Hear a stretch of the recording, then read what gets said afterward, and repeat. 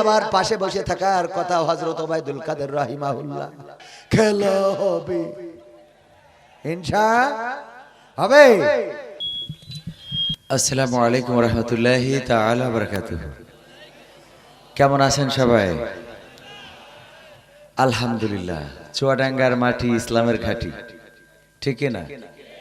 আলমডাঙ্গার থানার পুলিশ সব পালাইছিল, পালাইলো। আজকে পাহারায় আছে না নাই? পাহারা দিবে দিতে হবে। আমাদের টাকায় বেতন নিবে আর আমাদের কপালে বন্দুক ধরি কবে যে দেশ ছাড়। পাকাম করা জায়গা খুঁজে পাও না, সুজা হতে হবে। ঠিক আছে তো বাজান? এই জন্য সুজাহি দাঁড়ায় থাকবেন। বসেন একটু যুবকেরা, বসা যায় না ইনশাআল্লাহ। ইন্নাল হামদালিল্লাহি নাহমাদুহু ওয়া নাস্তাঈনুহু ওয়া নাস্তাগফিরুহু ওয়া নু'মিনু বিহি ওয়া নাতাওয়াক্কালু আলাইহি ওয়া নাউযু বিল্লাহি মিন শুরুরি আনফুসিনা ওয়া মিন সাইয়্যাতি আমালিনা। من يهده الله فلا مضل له ومن يضلله فلا هادي له ونشهد أن لا إله إلا الله ونشهد أن سيدنا محمدا عبده ورسوله الذي أرسله بالحق بشيرا ونذيرا وداعيا إلى الله بإذنه وسراجا منيرا. فقد قال الله تعالى في كلامه المجيد والفرقانه الحميد. সবাই পড়েন আউযু বিল্লাহি মিনাশ শাইতানির রাজিম. বিসমিল্লাহির রহমানির রহিম. মিনহা খলাকনাকুম ওয়া ফিহা নুঈদুকুম ওয়া মিনহা নুখরিজুকুম তারাতান উখরা. وقال الله تعالى في شأن حبيبه إن الله وملائكته يصلون على النبي يا أيها الذين آمنوا صلوا عليه وسلموا تسليما. اللهم صل على سيدنا مولانا محمد وعلى آل سيدنا. এসো হে রাসূল আবার ফিরে আমাদের মাঝের নতুন করে খুদবা দিতে কাবার মিনার পরে. আল্লাহুম্মা সাল্লি আলা সাইয়্যিদিনা মাওলানা ওয়া আলা আলি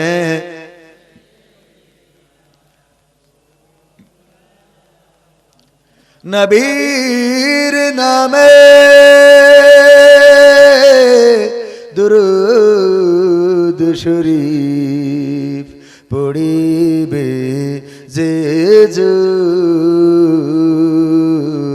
তার জন্য যে হারাম হবে জাহান্নামের আগুন. আল্লাহুম্মা সাল্লি আলা سيدنا مولانا محمد وعلى آل سيدنا. لا إله إلا الله لا إله إلا الله لا إله إلا الله লা ইলাহা ইল্লাল্লাহু মুহাম্মাদুর রাসূলুল্লাহ সুবহানাল্লাহ ওয়ালহামদুলিল্লাহ লা ইলাহা ইল্লাল্লাহ সুবহানাল্লাহ ওয়ালহামদুলিল্লাহ লা ইলাহা ইল্লাল্লাহ লা ইলাহা ইল্লাল্লাহ মুহাম্মাদুর রাসূলুল্লাহ সাল্লাল্লাহু। আমার যখন ফুরাবে দিন আসবে গহীন রাতি, থেকো আল্লাহ এ জীবনে, থেকো আল্লাহ এ জীবনে হয়ে চিরসাথী, আসবে গহীন রাতি। আমার যখন ফুরাবে দিন আসবে গহীন রাতি, জীবন নদীর দুকুল জুড়ে আসলে অমানিশা, থাকবে না আর দু চোখে হায় একটু আলোর দিশা। জীবন নদীর দুকুল জুড়ে আসলে অমানিশা, থাকবে না আর দু চোখে হায় একটু আলোর দিশা। সেদিন আমার, সেদিন আমার, সেদিন আমার অন্ধ চোখে তুমি থেকো বাতি, আসবে গহীন রাতি। আমার যখন ফুরাবে দিন আসবে গহীন রাতি, আমার আমার বলে যেদিন কাউকে পাবো না, সেদিন আমার শূন্য হিয়ায় তুমি থেকো সান্ত্বনা, তুমি থেকো সান্ত্বনা। আখির আলো নিভে যেদিন মনে আলো দিয়ে, আসবে না কেউ অন্ধ চোখে একটু আলো নিয়ে। আখির আলো নিভে যেদিন হৃদয়ে আলো দিয়ে, আসবে না কেউ অন্ধ চোখে একটু আলো নিয়ে। সেদিন আমার, সেদিন আমার, সেদিন আমার অন্ধ গোরে তুমি আলোর জ্যোতি, আসবে গহীন রাতি।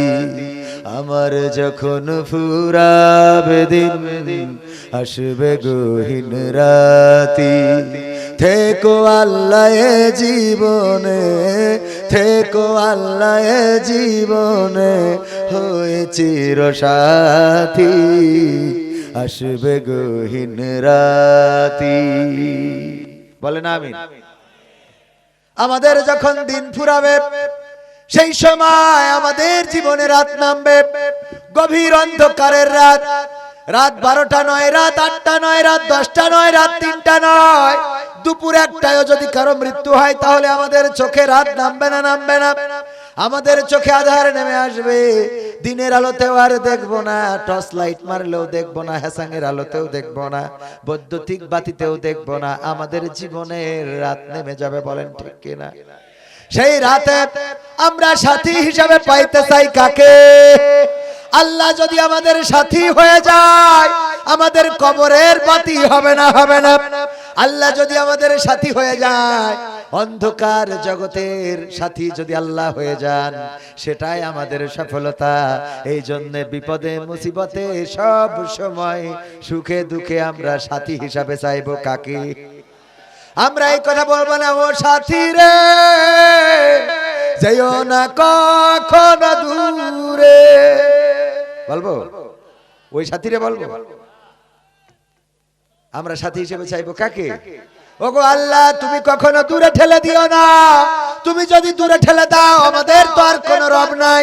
কোন ফকির যদি ভিক্ষা করে, কোন বাড়িতে যদি যায় ভিক্ষা চায়, যদি বাড়ির মালিক বলে হবে না, তখন ওই ফকির হয়তো একটু মন খারাপ হয়, তারপরেও তার আশার প্রদীপটা জ্বলে যে আমরা আরো অনেকগুলো বাড়ি আছে, সেই বাড়িগুলোতে গেলে পাবো। যদি বাজারের ফকির হয়, কোন দোকানদার যদি বলে না আমার আজকে ভিক্ষা দেওয়ার কোনো কায়দা নাই, ওই ফকির মন খারাপ হইলেও সে চিন্তা করে এই বাজারে আরো 200 দোকান আছে, কোন না কোন দোকানদার তো আমার ভিক্ষা দিবে। কিন্তু আমরা আল্লাহ বাদে পৃথিবীর পরে আর কোন সাথী, পরকালেও আর কোন সাথী আছে নাকি? আল্লাহর কাছে যদি আমরা চেয়ে না পাই, আল্লাহ যদি আমাদের না দেন, মাহরুম করে দেন, তাইলে আমাদের আশার প্রদীপ নিভে গেল। আমাদের আর কোনো আশা নাই যে আমরা আর একটা আল্লাহর কাছে যেয়ে বলবো আল্লাহ তুমি আমাদের দাও। বলার মতো আল্লাহ আছে নাকি? আছে? আল্লাহ নাই। সুতরাং সাথী হিসেবে আমরা চাইবো কাকে? আল্লাহ যদি সাথী হয়, অভিভাবক হয়, কষ্টের মধ্যেও হাসা যায়, রিমান্ডে গিয়েও আনন্দ পাওয়া যায়, ফাঁসির কাস্টে ঝুলতে গেলেও সন্তানকে বলা যায় পায়জামা পরে যাব না লুঙ্গি পরে যাব। ঠিক না বেঠে? কোরআনের পাখি 13টা বছর কোন মনের জোরে কারাগারের মধ্যে টিকে থাকলেন আল্লামা দেলওয়ার হুসাইন সাইদি। এমনকি জীবনের শেষ দিন যেদিন কারাগার থেকে বের করে নিয়ে হাসপাতালে নিয়ে যাচ্ছে, ওই দিনও এমন হাসি দিলেন। এই হাসি কোন জায়গা থেকে আসলো, কোন মনের জোরে আসলো? মনের জোর হলো জেলে থাকি আর হাসপাতালে থাকি আর পাতালে থাকি আমাদের অভিভাবককে। জোরে বলেন অভিভাবককে। সেই আল্লাহকে যদি অভিভাবক মানা যায়, এই শীতের মধ্যেও যারা বসে আছেন কষ্ট করে আল্লাহর জন্য, আল্লাহর ভালোবাসায়, ওগো আমার ভাইয়েরা, পরকালের ময়দান আল্লাহ কিতাব ধরিয়ে দিবেন, বলবেন ইকরা কিতাবাকা কাফা বিনাফসিকা আল-ইয়াওমা আলাইকা হাসিবা। পড়ো তোমার কিতাব, তুমি পড়ে তোমার হিসাব করে দাও। এই কুয়াশার অন্ধকার আর রাতের অন্ধকার, রাতের অন্ধকারে তো টর্চ জ্বালাইলে আলো ভেদ করে রাস্তা দেখা যায়, কিন্তু কুয়াশার অন্ধকারে তো যে আলোটাও দূরে যায় না। আর ঠান্ডা তো আছে। এই রাতের অন্ধকারেও কোরআনের মাহফিলে যারা বসেছে, পরকালের ময়দানে যখন কিতাব ধরিয়ে দিবে, এই কিতাব উল্টাইলে চায়ের দোকানে বসে থাকা দেখা যাবে না? যাবে না? সিরিয়াল দেখা যাবে না? যাবে না? ক্রিকেট খেলা দেখেছেন, সেটাও দেখা যাবে। অন্যায় করেছেন, অপরাধ করেছেন, সব দেখা যাবে। আজকের এই মাহফিলটা দেখা যাবে, এটাও যাবে, এটাও যাবে। কারণ আল্লাহ বলেছেন ফামাইয়ামাল মিসকালা যাররাতিন খায়রান ইয়ারা ওয়া মাইয়ামাল মিসকালা যাররাতিন শাররান ইয়ারা। যাররা পরিমাণ ভালো কাজ যদি কেউ করে, অনুপরিমাণ ভালো কাজ, সেটা আল্লাহ তাকে বুঝিয়ে দিবেন। আর অনুপরিমাণ খারাপ কাজ যদি করে, সেটাও আল্লাহ রাব্বুল আলামিন বুঝিয়ে দিবেন। বলেন সুবহানাল্লাহ। আপনি ক্ষুদ্রতম ভালো কাজ করলেও বুঝিয়ে দিবেন কে? আর ক্ষুদ্রতম খারাপ কাজ করলেও বুঝিয়ে দিবেন। কাউকে ইহকালে বুঝাবেন, কাউকে পরকালে বুঝাবেন, কাউকে ইহকালেও বুঝাবেন, পরকালেও বুঝাবেন, আর কাউকে ইহকালে বুঝাবেন না, কিন্তু পরকালে বুঝিয়ে দেবেন। আমাদের মাননীয় সাবেক প্রধানমন্ত্রী শেখ হাসিনার ইহকাল পরকাল দুইটা কালেই বুঝাচ্ছে না? বুঝাচ্ছে না? দুইটাই বুঝাচ্ছে। যেই চেয়ারে থাকার কথা ছিল নেত্রী, আর যার পর্দা থেকে টুস করে ফেলি দেবে, পানিতে চুবানি খেয়ে মরে যাবে, সেই লোক এখন ওই চেয়ারে কথা কয় না। সেই লোক কোন চেয়ারে? ওই চেয়ারে। আবার পাশে বসে থাকার কথা হযরত ওবায়দুল কাদের রাহিমাহুল্লাহ। সেই আল্লাহর ওলি এখন নাই, ওখানে বসেছে খালেদা জিয়া। বলেন ঠিক কিনা? খেলা হবে, ইনশাআল্লাহ হবে, খেলা হবে। কোন খেলা হবে? কোরআন নিয়ে খেলা হবে, ইসলামী আন্দোলনের খেলা হবে। যারা বলে 5 তারিখে স্বাধীনতা এসেছে, আল্লাহর কসম করে বলি এখনো স্বাধীনতা আসে নাই, বরং 5 তারিখে দেখিয়ে দিয়েছে কেমন করে স্বাধীনতা অর্জন করতে হয়। ঠিক না বেঠে? এখনো স্বাধীনতা আসে নাই। এখন আমার দেশের police, army, BDR, BGB, NSI, BSF সব জায়গায় তাদের দালালেরা বসে আছে। এই দালালগুলো এখনো চেয়ার ছাড়ে না। এই জন্য ষড়যন্ত্রের জাল বুনেছে। এই দালালগুলোকে দাঁত ভাঙা জবাব দিতে হবে। জনগণের টাকায় বেতন দিয়ে জনগণের বুকে গুলি করার সাহস কোথা থেকে পেয়েছে তারা? এমন একটা অকার্যকর বাহিনী তৈরি করেছিল, যেই বাহিনী আমেরিকায় একবার প্রতিযোগিতা হলো, বাংলাদেশের পুলিশ, আমেরিকার পুলিশ এবং রাশিয়ার পুলিশ, 3 দেশের পুলিশের বলা হলো যে এই যে এরিয়াটা আছে তোমরা যাও, এর মধ্যে হরিণ আছে কিনা খুঁজে বের করো, যদি থাকে এসে জানাবা, না থাকলেও এসে জানাবা। আমেরিকার পুলিশ 1 ঘন্টার মধ্যে এসে কয় যে হরিণ তো দূরের কথা, কিছুই নাই। আর রাশিয়ার পুলিশ এসেছে 3 ঘন্টা পরে, কয় এর মধ্যে কোনো কিছুই নাই, হরিণ মরিণ অন্য কিছু খুঁজে পাইনি। বাংলাদেশের পুলিশ এসেছে 3 দিন পরে। কয়দিন পরে? সাথে করে এনেছে একটা ছাগলের বাচ্চা। বিচারকরা বলছে কি ব্যাপার, কি ব্যাপার, আপনাদের এত সময় লেগে গেল কেন? কয় আপনি যে বনে পাঠাইছেন এই বনে তো হরিণ তো দূরের কথা, হরিণের আন্ডা বাচ্চা কিছু নাই। কয় এইটা তো আমেরিকার পুলিশ বুঝেছে 1 ঘন্টায়, রাশিয়ার পুলিশ বুঝেছে 3 ঘন্টায়, তোমাদের 3 দিন লাগলো কেন? বলছে আমরা যখন বনের মধ্যে গেলাম, আমরা কোনো হরিণ যখন পাইলাম না, চিন্তা করলাম কি করা যায়, কি করা যায়, গবেষণা করতে করতে করতে করতে সামনে পালাম ছাগলের বাচ্চা ধরে নিয়ে আইছি। কারণ কি? কারণ হলো স্যার এই ছাগলের বাচ্চা রিমান্ডে দেন, ও নিজেই বলবে আমি পুলি, আমি হরিণ। ও রিমান্ডে দিল, নিজে নিজে বলবে আমি কি। মানে এগের এমন একটা বাহিনী বানাইছিল যারা আসামিকে ওইটা খোঁজে না, ওরা কোনো কিছু হলি বলে জামাত শিবিরের কাজ। ঠিক না বেঠে? অমনি ধরে নিয়ে আসো মসজিদ থেকে। বোমা ফিটেছে কোন জায়গায়? এখানকে ওই ঝিনেদায় বোমা ফিটেছে, চুয়াডাঙ্গা জামাতের আমিরের নামে মামলা। কথা কয় না, মানে মুখস্থ কথা। জামাতের আমির যে কটা, ও কটা ধর, বিএনপির নেতা যে কটা ধর, এ কটা ধর। এই একটা অকার্যকর বাহিনী বাংলাদেশে তৈরি করেছিল। এই বাহিনী যতদিন পর্যন্ত বাছাই করে চিরুনি দিয়ে আশ্রয়ে পরিষ্কার করা না যাবে, ততদিন এই বাংলাদেশ কিন্তু স্বাধীন হয় নাই। মাথায় রাখবেন, এখন স্বাধীন হয় নাই। আমাদের স্টেজ থেকে নামিয়েছে কারা? তারা এখন বলে আমরাও নির্যাতিত ছিলাম। ওরে বাবা, ওরাও নির্যাতিত ছিল। ঠিক বলছি না? ঠিক বলছি ভাইরা আমার। এই জন্য স্বাধীনতা আসে নাই। স্বাধীনতা যদি আসতো, এখনো ভারতের দালাল তাদের রয়ের নিযুক্ত পত্রিকা শুধু নয়, সাংবাদিকেরা বাংলাদেশ নিয়ে প্রোপাগান্ডা ছড়াচ্ছে। এই দেশে সংখ্যালঘু নির্যাতনের নামে যেই কথাগুলো বলা হচ্ছে, আল্লাহর কসম করে বলি সংখ্যালঘু নয়, বরং বাংলাদেশে সংখ্যাগরিষ্ঠ নির্যাতন হচ্ছে। ঠিক না বেঠে? প্রমাণ কি দেব? এই বাংলাদেশে ইসলাম প্রচারের জন্য এসেছিলেন বঙ্গবন্ধুর পরিবার। সেই পরিবারের সন্তান শেখ হাসিনা সকালবেলা উঠে আগে জায়নামাজ খোঁজেন, জায়নামাজ খুঁজে ফজরের নামাজ পড়ে তারপর কোরআন তেলাওয়াত করে দিনের শুরু করে। আর এমন আউলিয়ারে আমরা হেলিকপ্টারে করে দাদার দেশে পাঠালাম। কথা কয় না? তাহলে সংখ্যালঘু না সংখ্যাগরিষ্ঠ নির্যাতিত হইল? সংখ্যাগরিষ্ঠ। 2 নম্বর আউলিয়া শামীম ওসমান, হযরত শামীম ওসমান হাফিজাহুল্লাহ। ওরে বাবা, এমন কোন রাত নাই 80-90 রাকাত তাহাজ্জুদ পড়ে না। এই কথা কয় না? ঠিক না বেঠে? 80-90 রাকাত তাহাজ্জুদ না পড়ে কোনদিন ঘুমাতে যাই না। সেই আউলিয়ারে আমরা বুরকা পরে বিদায় করলাম। 3 নম্বর আউলিয়া সালমান এফ রহমান। কি রহমান? দরবেশ বাবা। ওরে বাবা, কত বড় বড় দাড়ি, জামাতের আমিরের দাড়ি উফেল। কথা কয় না? এই দরবেশ বাবা এত বড় আউলিয়া, তার দাড়িটা পর্যন্ত রাখতে দিলাম না। দাড়ি পর্যন্ত কাটলো, তাও রক্ষা হলো না। তার আমরা নৌকার মধ্যে ধরে আনলাম নূহ নবীর কিস্তিতে। ঠিক না বেঠে?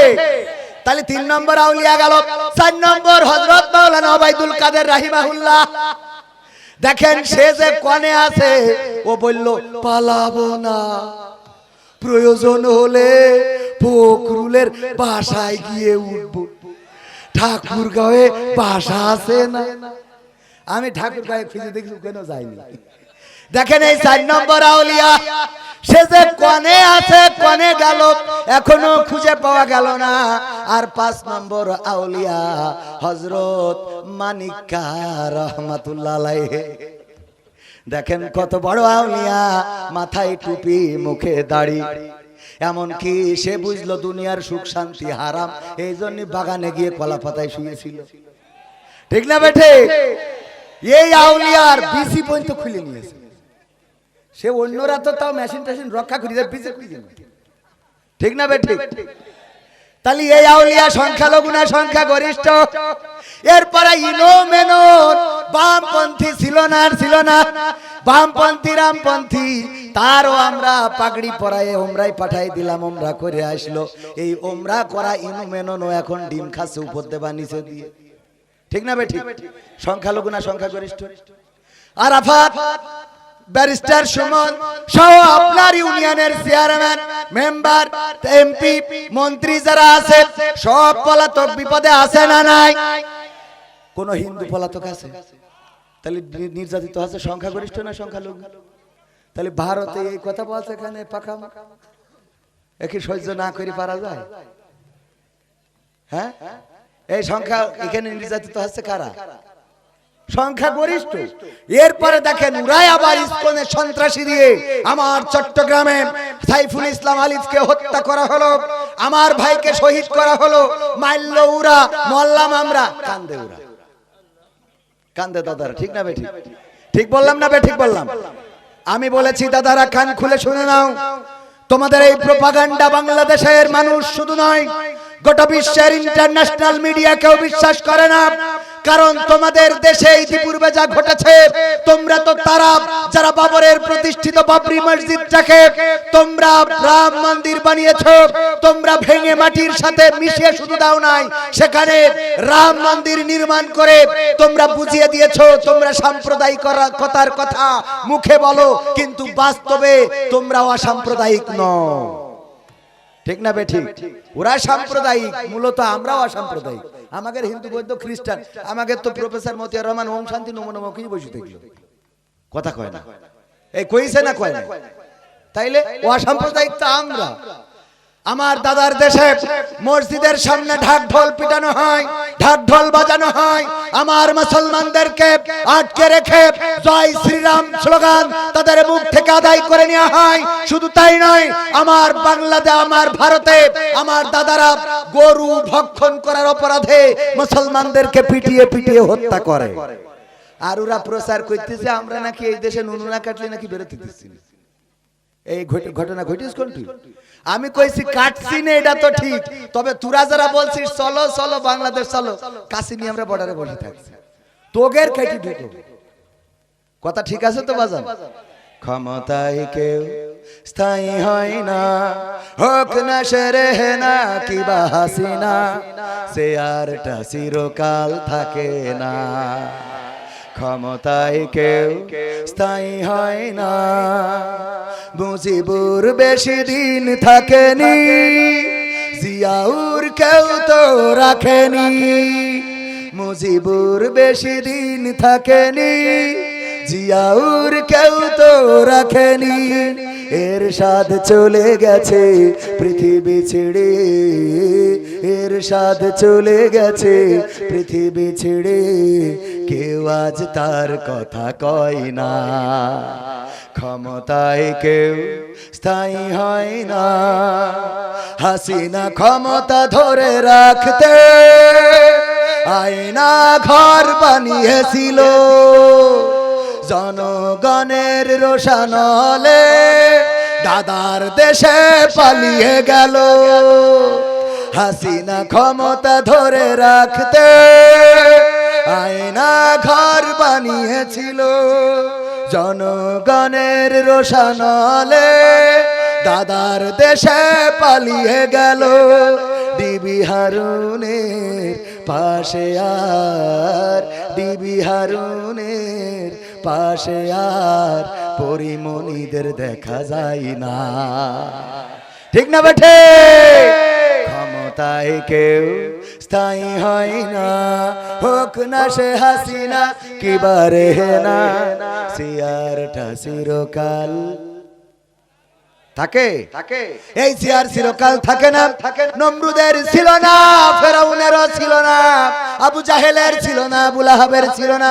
তাদেরও বাহিনী ছিল, তারা চিন্তা করেছিল তাদের বাহিনী দিয়ে তারা টিকে থাকবে, কিন্তু না, আল্লাহ রাব্বুল আলামিন ওই সব বাহিনীগুলোকে কাউকে পানিতে চুবিয়ে মেরেছেন, কাউকে মশায় মেরেছেন, আর আবু জাহেলকে কিশোর দিয়ে মেরেছেন। মাজ এবং মুআজ রাদিয়াল্লাহু তাআলা আনহু, ছোট্ট ছোট্ট দুইটা বাচ্চা তরুণ, তারা আবু জাহেলের ঘোড়াকে আগে কতল করেছে, যখন পড়ে গেছে তখন তারে কতল করেছে। ওগো আমার ভাইরা, এই ক্ষমতা ধরেরা যদি না টেকে, তাইলে আমার বাংলাদেশের তাওহীদি জনতা যেভাবে 5ই আগস্টের আগে দাঁড়িয়েছিল, জুলাইয়ের 36 তারিখে যেমন দেশের স্বাধীনতা আনার জন্য রাস্তা সুগম হয়েছে, একই ভাবে তাওহীদি জনতা যদি কোরআন বুকে নিয়ে রাজপথে দাঁড়ায়, তাইলে অবশ্যই অবশ্যই সব জালিমের পতন ঘটে যাবে। যাবে না। এই জন্য আমি বলেছি, সাহস নিয়ে দাঁড়িয়েছো তাই মুক্ত হয়েছে জমিন, সাহস করে দাঁড়ালে আর একবার কায়েম হয়ে যাবে দিন। নয় নয় নয় আর কোনো ভয়, আনতে হবে দিনের বিজয়। নয় নয় নয় আর কোনো ভয়, আনতে হবে দিনের বিজয়, দিনের বিজয়। যারা ভেবেছিল ছাড়বে না আর ক্ষমতার ওই মাসনদ, দেখেছে তারা রবের পাকড়াও কি করে করে নাস্তানাবুদ। যারা ভেবেছিল ছাড়বে না আর ক্ষমতার ওই মাসনদ, দেখেছে তারা রবের পাকড়াও কি করে করে নাস্তানাবুদ। তাই নয় নয় নয় আর কোনো ভয়, আনতে হবে দিনের বিজয়, দিনের বিজয়। মানুষের সাথে যারা করেছে দুশমনি, করেছে বাড়াবাড়ি, দেশের বুকে তাদের হয়নি তো জায়গা, যেতে হলো মামার বাড়ি। ঠিক না বেঠে? মানুষের সাথে যারা করেছে দুশমনি, করেছে বাড়াবাড়ি, দেশের বুকে তাদের হয়নি তো জায়গা, যেতে হলো মামার বাড়ি। তাই নয় নয় নয় আর কোনো ভয়, আনতে হবে দিনের বিজয়, দিনের বিজয়। কাবা রক্ষাই যেই মহারব পাঠিয়েছিলেন আবাবিল, আজও তিনি দয়াময় তেমনি আছে, বদলেনি তো এক তিল। কাবা রক্ষাই যেই মহারব পাঠিয়েছিলেন আবাবিল, আজও তিনি দয়াময় তেমনি আছে, বদলেনি তো এক তিল।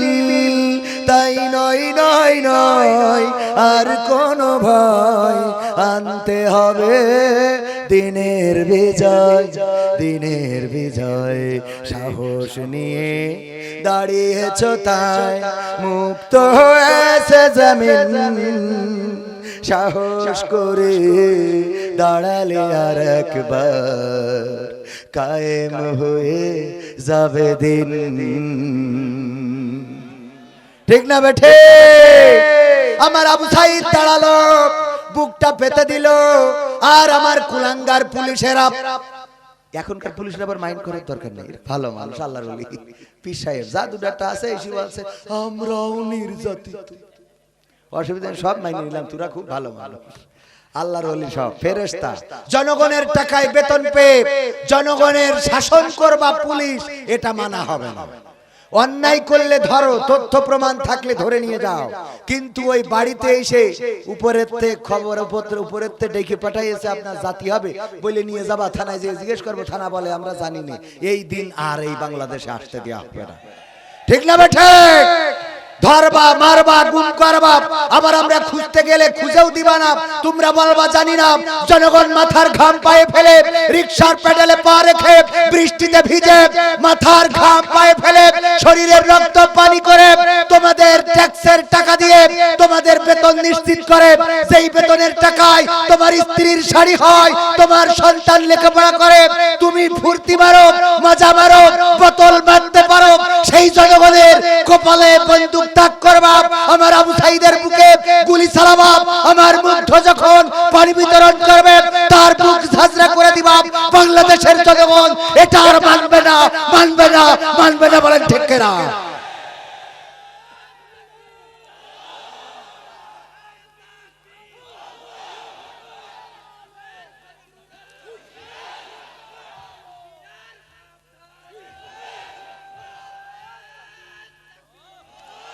সম্মানিত ভাইয়েরা, স্বাধীনতা এমনি আসে নাই। যখন দাঁড়িয়েছে বাংলাদেশের জনগণ, মৃত্যুকে পরোয়া করে নাই। আমার তরুণ, আমার কিশোর, আমার অভিভাবক, আমার বৃদ্ধ বাবা, বৃদ্ধ বনিতা যখন রাজপথে নেমেছে, আমার বোন কত সুন্দর করে বলেছিল, পিছনে পুলিশ, সামনে স্বাধীনতা, সুতরাং স্বাধীনতার দিকে এগিয়ে যাব। যেই স্বাধীনতার জন্য আমার বোনেরা রক্ত দিয়েছে, আমার ভাইয়েরা রক্ত দিয়েছে, পঙ্গুত্ব বরণ করেছে, শহীদ হয়েছে, সেই বাংলাদেশের জনগণ আর স্বৈরাচারী শাসন মেনে নেবে না। সুতরাং সিঙ্গাপুরের মতো হতে হবে।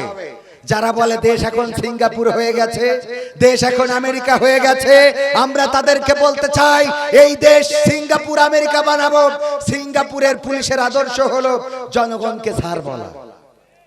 জনগণকে বলে স্যার, কি প্রবলেম বলেন। আমার দেশের কারণ কি? কারণ জনগণের টাকায় তোর বেতন হয়। ওর বসকে তো স্যার বলবে কাকে? আমার দেশে সেটা চালু করতে হবে। আমার দেশে যখন ফোন দেব, আমার দেশের পুলিশদেরকে আমরা স্যার বলবো না, বরং অপর পাশ থেকে পুলিশ ফোন ধরে বলবে স্যার কি হেল্প করতে পারি বলেন। এত সুজা না করা পর্যন্ত মরতে রাজি আছি না নাই।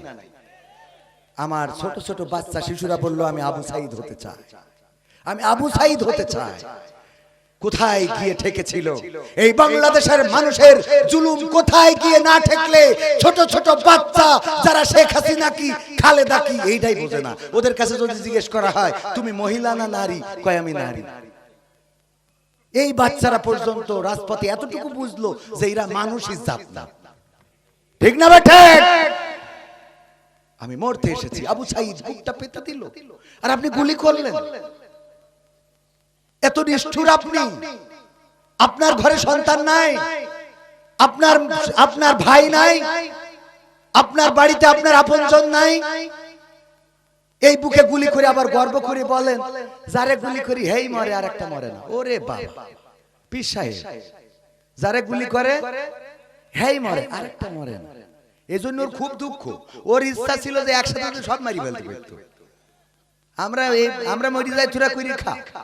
আমরা মরার জন্য প্রস্তুত আছি না নাই? মুসলমান এসেছে লড়াই করার জন্য। মুসলমান শব্দের অর্থ হলো আত্মসমর্পণ করা।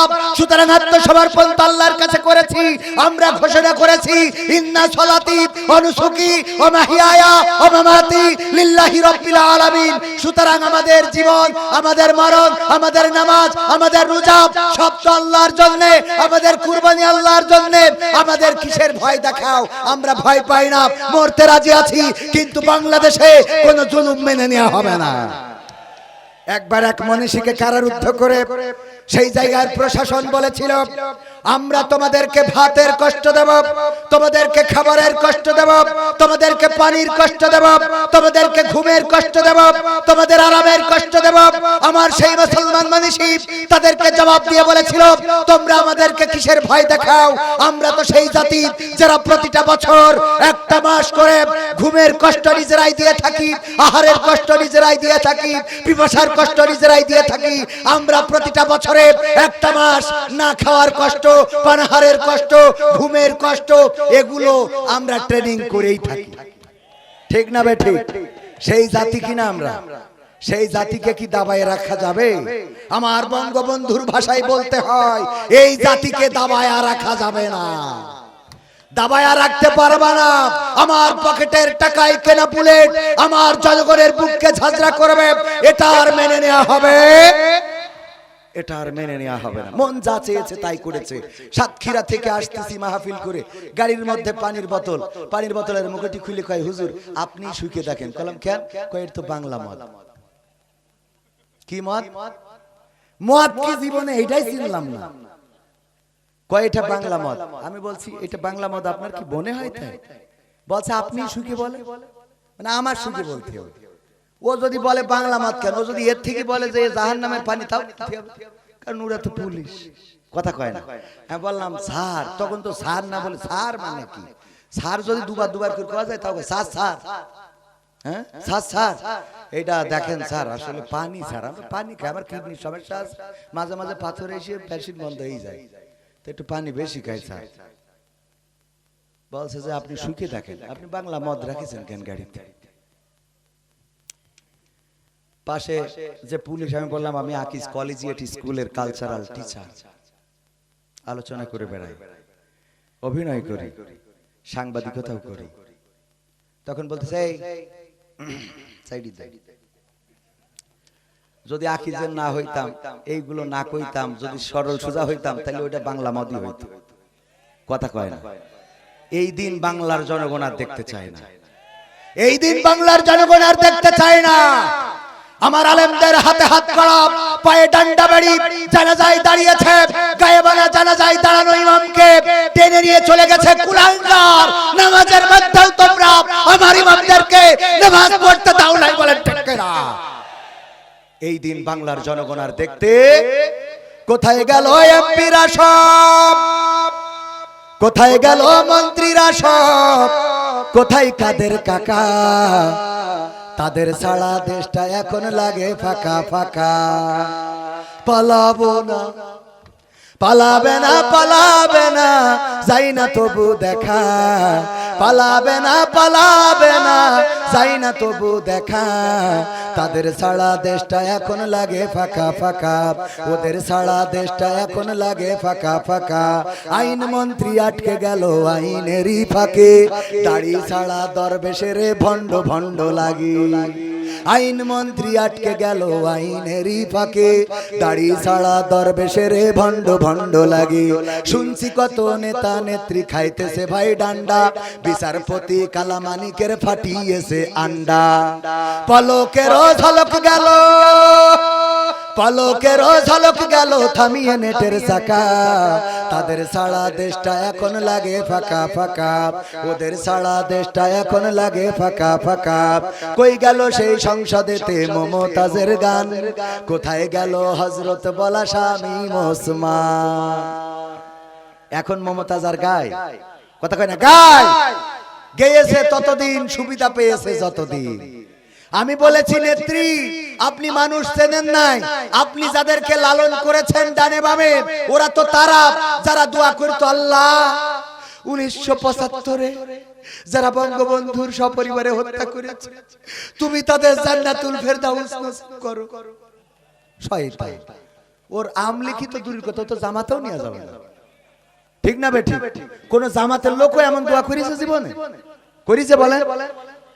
আর এক শয়তান কয় আল্লাহ আজকের এই শোক দিবসে বলছি শোনো, তুমি বঙ্গবন্ধুকে জাহান্নামের উচ্চ মাকাম দান করো।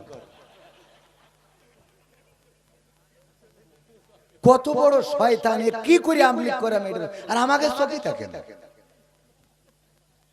আমরা দোয়া করে দিই কত কায়দা করে। এক হুজুর ওয়াজ করতেছে, তো সব ওই হাসিনার বিরুদ্ধে ওয়াজ করেছে, পাশে ছিল আওয়ামী লীগের এক নেতা, বলছে হুজুর আপনার তো বাড়ি যাওয়া হবেন না। বলছে কেন? তাহলে ঠ্যাং ম্যাং তো থাকবেন না, তো যাবেন কি কই? তা বলছে কে? তা বলছে এতক্ষণ করলেন কি? বলছে মোনাজাতের সময় ঠিক করে দেবেন। তো মোনাজাতের সময় কি ঠিক করবে? হুজুর দেখেছে এখন এতক্ষণ যেহেতু উল্টো পাল্টা বলেছি, মোনাজাতের সময় যদি সুজা কই তা তো জনগণ খেপে যাবে। এজন্য আরবিতে দোয়া করছে, রব্বানা আতিনা ফিদ দুনিয়া হাসিনা ওয়া ফিল আখিরাতি হাসিনা ওয়া কিনা আযাবান নার। আচ্ছা হুজুর ঠিক আছে, আরবিতে দোয়া করেছে, ভালো লাগলো। আর বেশি তো কইতেছে অফিল আখিরাতি আসি না, ঠিক আছে না বাবা?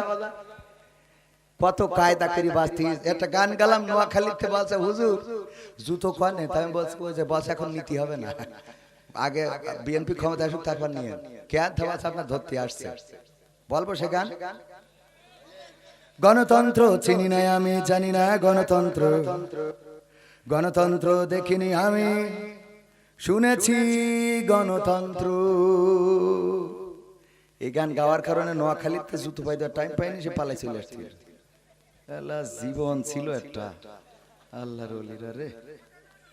এখন তো গাবো, এখন খেলা হবে মাসুদ ভালো হলে না। গণতন্ত্র চিনি না আমি, জানি না গণতন্ত্র, গণতন্ত্র দেখিনি আমি, শুনেছি গণতন্ত্র, গণতন্ত্র চিনি না আমি, জানি না গণতন্ত্র, গণতন্ত্র দেখিনি আমি, শুনেছি গণতন্ত্র। শুনেছিলাম আমি বাংলাদেশে গণতান্ত্রিক রাজা, যখন যারে মনে চেয়েছে ধরে দিয়েছে সাজা। শুনেছিলাম আমি বাংলাদেশে গণতান্ত্রিক রাজা, যখন যারে মনে চেয়েছে ধরে দিয়েছে সাজা। কাউকে দিয়েছে ফাঁসির দণ্ড, রেখেছে আয়না ঘরে, কাউকে আবার লাশ বানিয়ে ভাসিয়েছে সাগরে। কাউকে দিয়েছে ফাঁসির দণ্ড, রেখেছে আয়না ঘরে, কাউকে আবার লাশ বানিয়ে ভাসিয়েছে সাগরে। করেছে এসব কিসের জোরে, ছিল কি দাদার মন্ত্র? কেমন গণতন্ত্র ছিল, কেমন গণতন্ত্র, গণতন্ত্রের আড়ালে ছিল দাদার ষড়যন্ত্র। কেমন গণতন্ত্র ছিল, কেমন গণতন্ত্র, গণতন্ত্রের আড়ালে ছিল মোদির ষড়যন্ত্র। শুনেছি আগে নির্বাচনে লাগতো টাকার নোট, দেখেছি আমি ভোট করিতে লাগেনি কোন ভোট। কথা কয় না লেগেছে?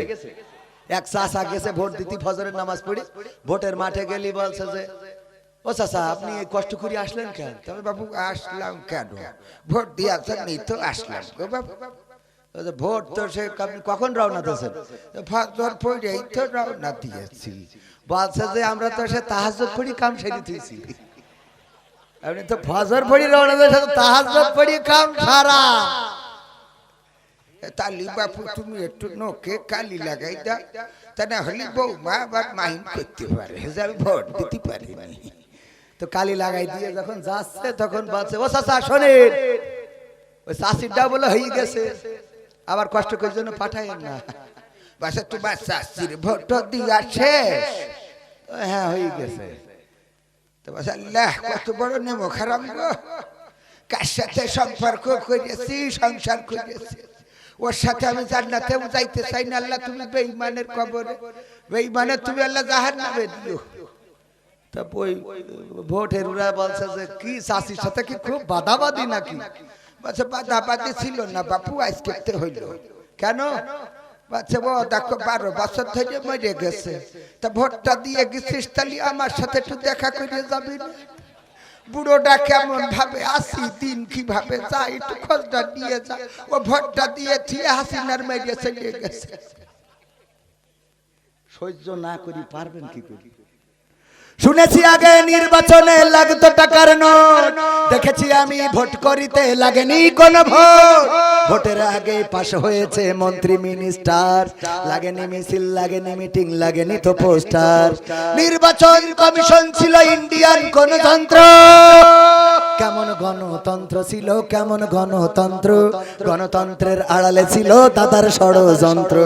কেমন গণতন্ত্র ছিল, কেমন গণতন্ত্র, গণতন্ত্রের আড়ালে ছিল রয়ের ষড়যন্ত্র। বিরোধী দল যারা সংসদে ছিল তারা ছিল পোষা ময়না, দেশ জলে পুড়ে হয়েছিল ছাই, তবুও তো কিছু কয় না। বিরোধী দল যারা সংসদে ছিল তারা ছিল পোষা ময়না, দেশ জলে পুড়ে হয়েছিল ছাই, তবুও তো কিছু কয় না। শাসনে ছিল না সততা নিষ্ঠা, বিচারের ছিল না মান, সংসদে বুঝি তাই শোনা যেত মমতাজের গান। ঠিক না বে ঠিক? ওই যে আগের গানেও কিন্তু এখানে আটকে গেছি, মমতাজের কথা বলতেছে, মনে আছে? আমি বললাম মমতাজ একটা নেমো খারাম বেঈমান, অকৃতজ্ঞ স্বার্থপর। যতদিন আমার শেখ হাসিনা খাওয়াইলো ততদিন সে গাইলো, যখন খাওয়া বন্ধ হয়ে গেছে তখনই গাওয়া বন্ধ হয়ে গেছে রে। ঠিক না বে ঠিক? কত গান গাইল, ওরে ও রিকশাওয়ালা তুই ধীরে ধীরে চালা, তোর সাথে বলবো আমার বুকে কত জ্বালা। বলিস না বলে নাই, ও রিকশাওয়ালার সাথে জ্বালার কথা কইছে। শেখ হাসিনা এত কিছু খাওয়াইলো, তুই যখন চলে গেছে তখন তার একটু প্রশংসা করবি না? কথা কয় না, অন্তত প্রশংসা না করিস এতটুকু তো বলা উচিত ছিল। আমার সোনার ময়না পাখি কোন বা দোষে দাদার কাছে গো আমরা দেশে কেমনে থাকি রে আমার কলজের ময়না পাখি। ঠিক না বেঠে? এইসব গান অন্তত আমরা শিখাই দিচ্ছি, তাও গা, অন্তত গা, সামনে একটু গা, একটু শুনি। গাছে পায়খানা ঘরে যাই, ফাঁকা মাঠে যাই, বাগানে যাই, ও আমার দরদি আগে জানলে তোর ভাঙা নৌকায় চড়তাম না, ভাঙা নৌকায় চড়তাম না, এই বিপদে পড়তাম না, ওরে বর্ডারেতে খাইলাম ধরা, বিসিটাও তো পাইলাম না, আগে জানলে তোর ভাঙা নৌকায় চড়তাম না। কথা কয় না, গাচ্ছে না গাচ্ছে না। তাহলে আমরা গানে ফিরে যাই। বিরোধী দল যারা সংসদে ছিল তারা ছিল পোষা ময়না, দেশে জ্বলে পুড়ে হয়েছিল ছাই, তবুও তো কিছু কয় না।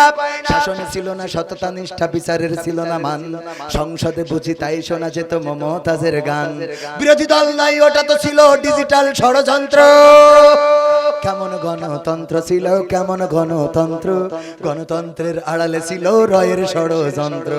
কেমন গণতন্ত্র ছিল, কেমন গণতন্ত্র, গণতন্ত্রের আড়ালে ছিল মোদির ষড়যন্ত্র। নায়েবে রাসূল কোরআনের পাখি বলতো মানুষ যারে, 13টি বছর সেই মানুষের রেখেছিল কারাগারে। নায়েবে রাসূল কোরআনের পাখি বলতো মানুষ যারে, 13টি বছর সেই মানুষের রেখেছিল কারাগারে। কোরআনের কথা বলতে গেলেই করতো গ্রেফতার, ইসলামী বই কোরআন হাদিস করতো যে উদ্ধার। ইসলামের কথা বলতে গেলেই করতো গ্রেফতার, ইসলামী বই কোরআন হাদিস করতো যে উদ্ধার।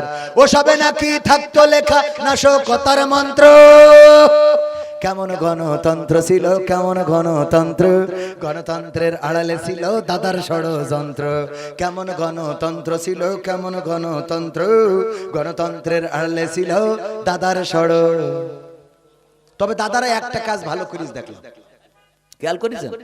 ওই যে আমার নেতারা কয়েকজন পালাই চলে গেছে ওপারে, যে শিলংয়ে ধর্ষণ করিস কলকাতায় এসে ধরা খেয়ে। আল্লাহর ওলি তো, ওরা যেখানেই যাবে সেখানেই এই কাম করবে না, কারণ ওরা এই কাম করা ছিল ওদের ওপেন সিক্রেট। ধর্ষণ করে জাহাঙ্গীরনগর বিশ্ববিদ্যালয়ে ধর্ষণের সেঞ্চুরি উদযাপন করেছিল সেই আল্লাহর ওলিরা এখন বর্ডার ক্রস করে যারা পালাই গেছে।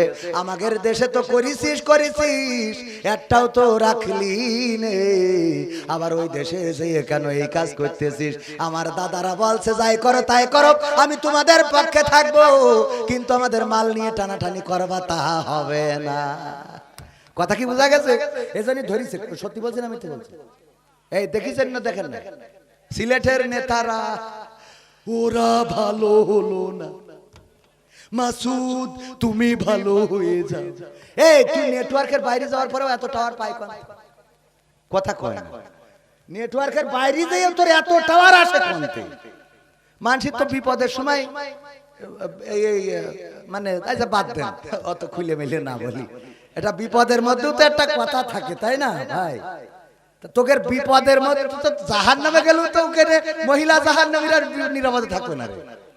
কথা কয় না শয়তান। আল্লাহ হেদায়েত নসিব করুন, বলেন আমিন।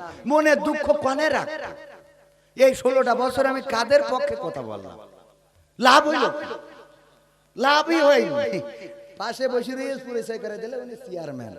আমি 2 ঘন্টা ওয়াজে কুপালাম, পদ্মা সেতু করিয়েছে, মেট্রো রেল করিয়েছে, দেশ আমেরিকা হয়ে গেছে, লন্ডনতে ফ্লাইট হয়, এই সেই সব এয়ারপোর্ট যা আছে গড়ে। চেয়ারম্যান পাশে বসে মোনাজাতের সময় চৌগাছায় মোনাজাতের সময় চেয়ারম্যান বলছে হুজুর খালেদা জিয়ার জন্য একটু দোয়া করে দেন। তাই আমি বলছি কে? তা বলছে খালেদা জিয়া অসুস্থ। তো অসুস্থ তা আমার কি? বলছে আমি বিএনপি চেয়ারম্যান। শয়তান কোথাকার, তা তুই আগের থেকে কবি না। আর আমি 2 ঘন্টা ধরে কি কায়দা করে কুপালাম যে দেশে এত উন্নয়ন, এই মোবাইল কে দিয়েছে, এই ব্লাউজ কে দিয়েছে, সব বলা শেষ। এখনকার বিএনপি চেয়ারম্যান। এখন আপনি তো যাচ্ছে তাই শয়তান না আপনি? যতক্ষণ বললাম চুপ থাকলেন, আমি চুপ না থেকে উপায় আছে? আপনি নেত্রীর পক্ষে বলছেন আমি বাধা দিয়ে কি আমু মারবো? ও বিপদে। আল্লাহ আল্লাহ আল্লাহ হেদায়েত করে দিন, বলেন আমিন। শুরু করব না শেষ করব? শুরু করব। আমি তো এখনো শুরু করিনি, এগুলো তো বোনাস। শুরু করব, থাকা যাবে ইনশাআল্লাহ। আর 15 মিনিট ইনশাআল্লাহ। পবিত্র কোরআনের সূরা তাহার 55 নম্বর আয়াত তেলাওয়াত করেছি। মিনহা খলাকনাকুম ওয়া ফিহা নুঈদুকুম ওয়া মিনহা নুখরিজুকুম তারাতান উখরা। এটা আমরা কোথায় পড়ি? কবরে। একদম এটা মুখস্থ কথা। অথচ এই আয়াতটা পড়ার কথা কোন জায়গায় আর আমরা কোন জায়গায় নিয়ে গেছি? আয়াতটার প্রতি জুলুম না, পবিত্র কোরআনের প্রতি জুলুম হচ্ছে। আল্লাহ রাব্বুল আলামিন আমাদের যে মেসেজ দিয়েছেন সেই মেসেজ আমরা উল্টাই ফেলেছি। কি করে ওইটা বুঝাই এখান থেকে বাড়ি যাব। বুঝতে রাজি আছেন? থাকা যাবে ইনশাআল্লাহ। থাকবো না কারা কারা হাত উঁচু করেন?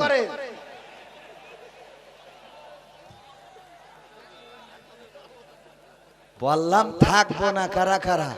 আবেগে হাত তুললে হবে না ভাই, বুঝে শুনে হাত তুলবেন, তা না হলে বিপদের কিন্তু শেষ থাকবে না। হুজুর কালেকশন করছে, হুজুর কালেকশন করছে। তো কালেকশনের সময় তো মুসাল্লি যারা সুরতে থাকে ওরা তো বোঝে যে টাকা তুলছে, তো ওরা ঘুম এসে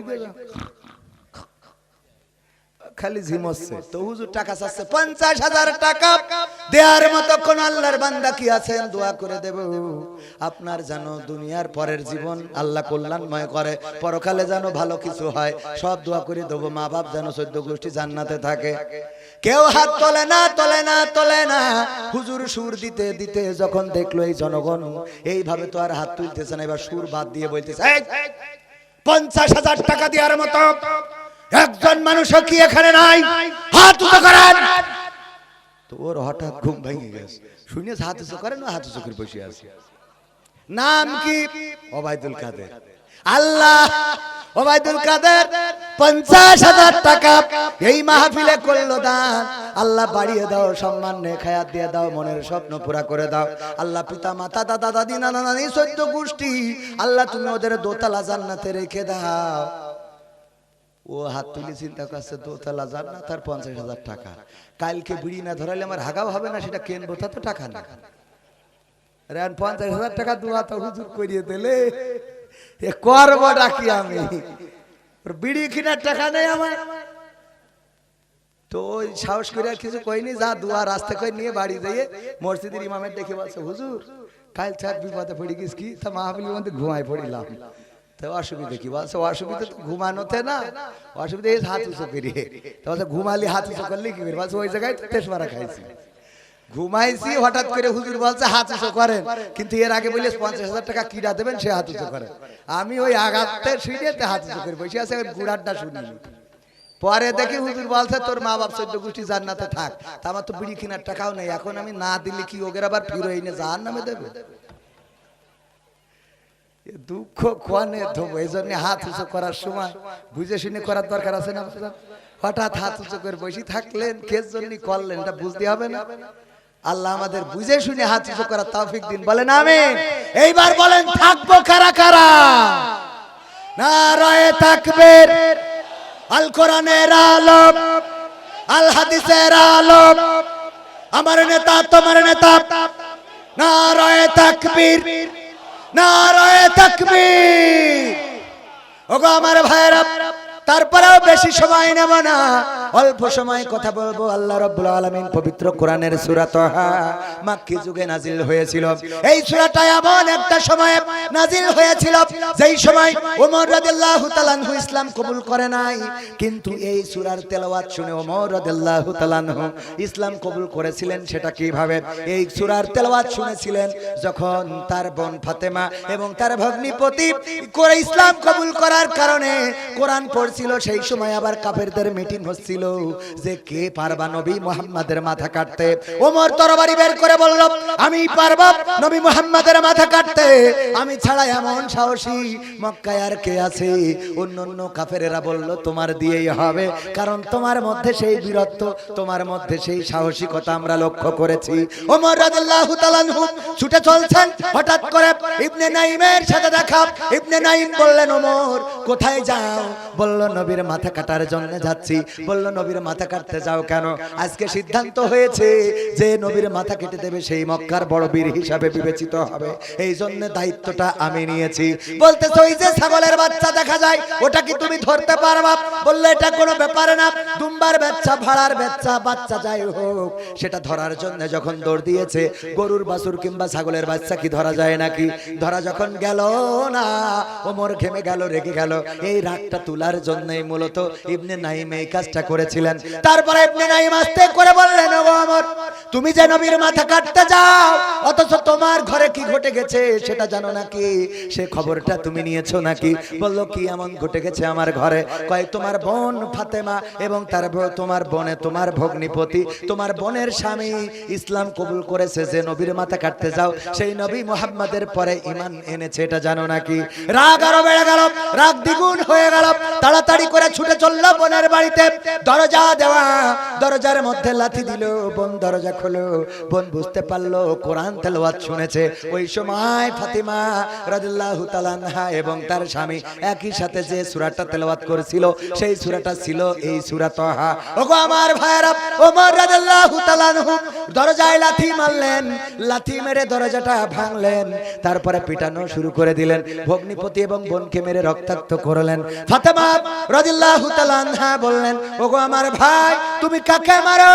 তুমি তো তোমার সেই বোনকে মারো যেই বোন আর তুমি একই মায়ের উদরে ছিলে, সেই বোনকে মারো যেই বোন আর তুমি একই মায়ের দুগ্ধ পান করেছো, সেই বোনকে মারো যেই বোন আর তুমি একই পিতার ঔরসজাত সন্তান, তাকে তুমি মেরে রক্তাক্ত করে দিলে। ওগো ভাই, কেন রক্তাক্ত করলে আজকে বলি, শুনে নাও। যতই মারো না কেন, যতই পিটাও না কেন, যতই রক্ত ছড়াও না কেন, কসম আল্লাহর, যেই কালেমার পরে ঈমান এনেছি, এই কালেমা জীবন গেলেও ওগো আমার ভাই আমি ছেড়ে দেব না। সুবহানাল্লাহ। ওমর বললেন, কি এমন কালিমা, কি এমন কোরআন, কি এমন বাণী যেটা তোমরা পাওয়ার পরে দুনিয়ায় ভাইয়ের সম্পর্ক ভুলে গেলে, দুনিয়ার মায়া ভুলে গেলে, সংসারের মায়া ভুলে গেলে, জীবনের মায়া ভুলে গেলে। ওগো বোন, যদি একটু পড়ে শোনাতে। তখন যে সূরাটা পড়ে শুনিয়েছিলেন সেই সূরাটা ছিল সূরা তাহা। ওগো আমার ভাইরা, এই সূরার 55 নম্বর আয়াত আল্লাহ বলছেন, সবাই পড়েন, মিনহা খলাকনাকুম ওয়া ফিহা নুঈদুকুম ওয়া মিনহা নুখরিজুকুম তারাতান নুখরা। আল্লাহ বলছেন, এই মাটি থেকে তোমাদেরকে সৃষ্টি করা হয়েছে, আবার এই মাটিতে তোমাদেরকে ঢুকানো হবে, আবার একদিন এই মাটি থেকে তোমাদেরকে জীবন্ত করে উঠানো হবে। সুতরাং কিসের এত বাড়াবাড়ি, কিসের এত পিড়াপিড়ি, কিসের এত মারামারি, কিসের এত গুলি, কিসের এত হামলা, কিসের এত মামলা? মরা মানুষও মামলা থেকে রেহাই পায় নাই। ঠিক না বেটি? এই হামলা মামলা, এই মারামারি, এই গুলাগুলি, এই অনাচার, এই কদাচার, এই পাপাচার, এইগুলো কিসের জন্য করো? কেন এই আয়াতটা এখানে দিল? এই আয়াতটা হলো আসলে মুসা আলাইহিস সালামের কাছে প্রথম এসেছিল। আল্লাহ রাব্বুল আলামিন মুসাকে পাঠালেন, যাও ফিরাউন বাউন্ডারি ক্রস করেছে, সে বাড়াবাড়ি করেছে, তারে থামাও। বলল কি করে থামাবো? আমার ভয় দেখাবা, বলবো আমি নবী হয়ে এসেছি তোমাকে সাবধান করার জন্য, সতর্ক করার জন্য। মুসা আলাইহিস সালাম বললেন যদি আমাকে নবী হিসাবে না মানে তাইলে তুমি নিদর্শন দেখাবা। কি নিদর্শন? মুজিজা হলো তোমার হাতের লাঠি ছেড়ে দিবা, সাপ হয়ে যাবে, অথবা বগল থেকে হাত বের করবা, হাতে আগুন জ্বলতে থাকবে, আবার বগলে ভরে দিবা, সেটা আগুনটা নিভে যাবে। এই কাজগুলো করবা। আল্লাহ যদি এরপরেও বিশ্বাস না করে, আল্লাহ রাব্বুল আলামিন বললেন তখন সুন্দর করে তার ওয়াজ শোনাবা। মিনহা খালাকনাকুম ওয়া ফিহা নুঈদুকুম ওয়া মিনহা নুখরিজুকুম তারাতান নুখরা।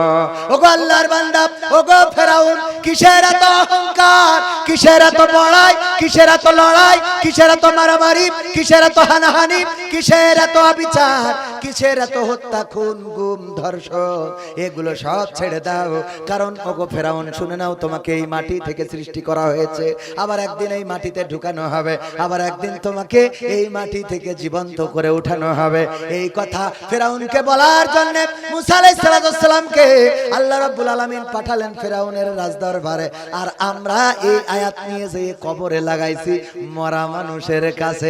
বলেন আয়াতের সাথে আমরা জুলুম করছি না করছি না? কথা কি বোঝা গেছে? কোথাকার আয়াত? শেখ হাসিনার কাছে যেটা পড়তে পড়তে কবরে যেই পড়ছি, কথা কয় না।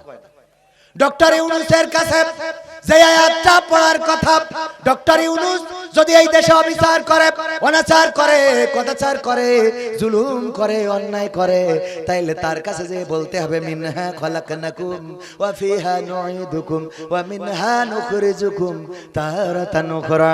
ওগো ডক্টর ইউনূস, কিসের অহংকার, কিসের লড়াই, কিসের বড়াই? তোগো তুমি কি জানো না এই মাটি থেকে তোমাকে বানানো হয়েছে, আবার একদিন এই মাটিতে তোমাকে ঢুকানো হবে, আবার একদিন এই মাটি থেকে তোমাকে উঠানো হবে। এই আয়াত পড়তে হবে ওখানে, অথচ আমরা এই আয়াত মরা মানুষের কাছে পড়লাম। আমি বলি ওই মরা মানুষটা যদি কোনোভাবে হাতটা কাফন থেকে বের করতে পারতো, থাপ্পড় একটা বসাই দিত, বলতো আমার খেলা তো ফাইনাল, আমার বলি লাভ কি? কথা কয় না। আপনি সাবধান করতেছেন মরা মানুষ যে মরে গেছে, ও তো আজকে খেলা শুরু, কথা কয় না, ঠিক না বে ঠিক? মালয়েশিয়ায় থাকাকালীন হঠাৎ করে আমাদের একটা প্রোগ্রামকে কেন্দ্র করে ওই সময় দুর্ভাগ্যবশত আমার পারমিটের মেয়াদও শেষ, রাত্রে দুশ্চিন্তায় ঘুম হয় না যে কখন না জানি পুলিশ এসে ধরে নিয়ে যায়। বৈধ কাগজপত্র না থাকলে একটা টেনশন থাকে না? আমরা যেমন আগে যারা জামাত বিএনপি করেছেন আপনারা, আমরা যারা আমলিগ করি তারা তো নিশ্চিন্তে ছিলাম, কিন্তু যারা জামাত বিএনপি করি চোখের একটা মনের মধ্যে যে কখন কি হবে, ঠিক না বেঠিক? ছিল না ছিল না? ডাক্তার শফিকুর রহমানের ধরতে গেছে, বলছে যে একটুখানি দাঁড়া, আমি বেডটা নিয়ে আসি। কত মিনিট লাগবে? তো আমার 5টা মিনিট হয়তো লাগবে না, একটু নামাজটা। বলছে হুজুর নামাজ পড়বেন? তো বলছে হ্যাঁ নামাজটা পড়বো আর গুছাবো। তো বলছে 5 মিনিটই তো হবে না। বলছে কেন হবে না? বলছে নামাজ পড়বেন, বেডিং পত্র গুছাই আনবেন। বলছে বেডিং পত্র বান্দা আছে, ও বাইন্দে থিতুরা আসবে আমরা জানি, কথা কয় না। এই সত্য বললাম না মিথ্যা বললাম? বানায় বলার তো কিছু নেই। বেডিং সবসময় রেডি করে রাখে, যে আসবে গুছাই চলে যাবো, আমরা যাওয়ার জন্য রেডি। বলেন সুবহানাল্লাহ। আমাকে জেলে দিলেও আমরা খুশি, ফাঁসিতে দিলেও খুশি, আমাকে মারলেও খুশি, আমাকে মিষ্টি খাওয়ালেও খুশি। এ খুশি কের জন্য? কারণ কি? আমরা অভিভাবক হিসেবে মানি কাকে?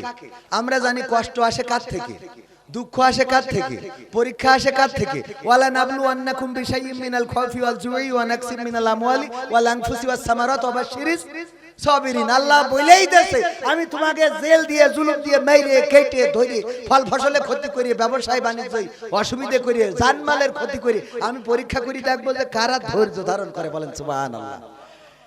একটা গরু আমার মনে করেন ভাইজান গরু খাওয়ানোর জন্য মাঠে দিয়ে এসেছে, ওই পাশে একটা বাগান ছিল, বাগানে ছিল বাঘ, ওই বাঘ গরু ধরার জন্য করেছে তাড়া। গরু দৌড়ায়, বাঘও দৌড়ায়, গরু দৌড়ায়, বাঘও দৌড়ায়, গরুও দৌড়ায়, বাঘও দৌড়ায়। ভাইয়েরা আমার, গরু চিন্তা করলো আমি তো বাঘের সাথে দৌড়াইতে পারবো না, সুতরাং একটু বুদ্ধি খাটাইলো। পাশে দেখে নরম কাদাওয়ালা ক্ষেত, ওই কাদাওয়ালা ক্ষেতের মধ্যে দিয়েছে লাভ, 4 হাত পা একসাথে গাড়িয়ে গেছে। গাড়বে না? গাড়বে না? নরম কাদা খেতে বাঘও ধরার জন্য লাভ দিয়েছে, কিছু না বুঝেই লাভ দিলি বাঘ ওর দৌড়ের গতি বেশি থাকার কারণে গরুর রেখে 3 হাত সামনে যেয়ে পড়েছে। কয় হাত সামনে? ও গেড়ে গেছে কাদার মধ্যে। এখন যত উঠতে চাই তত আটকায় যায়। এরকম কাদা আছে না, যত উঠতে চাই চূড়াবালি, যত উঠতে চাই তত আটকে যায় ভাইরা আমার। তো এখন এই গরু আটকে যাওয়ার পরে বাঘ তো ছটফট করতেছে আর গরু জাবর কাটাচ্ছে। বাঘ বাছে গরু, তুই তো আসলে গরু, তো কে ভাই কি কি হইস মানে গরু ভাই কি ভাই রাগ করছে কেন? রাগ করবে না কেন? ওরে গরু, তুই যে কামটা করলি, আমি তোরে ধরার জন্য দৌড়ানি দিলাম, তোর পিছু নিলাম। আমি যদি তোরে ধরতে পারতাম তাইলে ধরার পরে আমি খাতাম, তুই মারা যাতিস, সেটা ঠিক, অন্তত আমি বেঁচে থাকতাম। আবার তুই যদি দৌড়ায় পালাই যাতিস তাইলে তুইও বেঁচে যাতিস, আমিও বেঁচে যেতাম। কিন্তু এমন একটা কাম করে সরে গরু, এমন কাদার মধ্যে দিয়েছ লাভ যে ছাড়াইতে গেলে জড়াই ধরে। এখন আমিও মরব, তুমিও মরবা, তবে তাতে কি মানে? এই গরু, আমার কথা হইলো আইসা মরলাম ভালো, যদি সত্যি এই কথা যদি মিথ্যে হয় তোরা দাঁড়ায় থাক হুজুরদের মতো, দেখি আল্লাহর পরে ভরসা করি। কথা কয় না, আপনার মন খারাপ করে আমলি করেন নাকি? হ্যাঁ না, আমি তো ভালো কথা বলছি, আপনাকে ভালো কথা করছি, ভালো কথা করছি না বাজান? তালি ভাইয়েরা আমার, এরপরে কি হলো? এই আয়াত পড়তে হবে কোথায়? ডক্টর ইউনূসের কাছে, আসিফ নজরুলের কাছে, মোস্তফা সরোয়ার ফারুকীর কাছে, তারপরে বশির উদ্দিনের কাছে, এমনি ভাবে ক্ষমতায় যারা আছে তাদেরকে বলতে হবে। এরপরে গ্রামের সুদখোর, সুদ ছাড়া কথা বলে না, টাকা ধার চাইতে গেলে দেয় না, কিন্তু যখন বলেন 1001 মণ ধান দেবো কয় আইসো, আছে না না? ওরে বাবা, খুব আপন লোক, যেই বলছি ভাই 2 টাকা হবে না, তো বলছে কত? 10,000। তা তো থাবায় দাঁত খুলি দেওয়া দরকার, কে? তো বলছে 2 দিন আগে আসতে পারলি রে, মানে ওরে বাবা, ওর চাটাম 2 দিন আগে তোর টাকা লাগবে, তুই আমার কবি তোর টাকা আমি আজকে দিতে পারছি না, আমার কি খারাপ লাগছে বলতে পারিস তুই?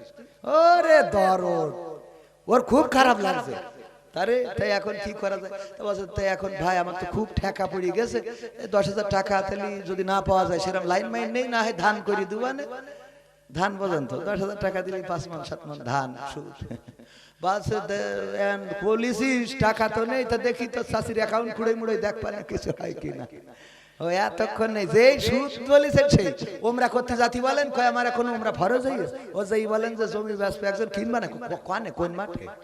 ওরে বাবা, বলছে পার্টি লাগা জন্য যে যা দাম বলে 50,000 বেশি বলিস, আর যেই হজের কথা বলে কয় বাপু তোমরা যে হজের কথা বললো আমার এখনো বয়সই আছে, ওর এখনো বয়স, কবরে 2 পাঁচ হয়নি গেছ, মানুষ তো কয় এখন তো 2 5 6টা কবর।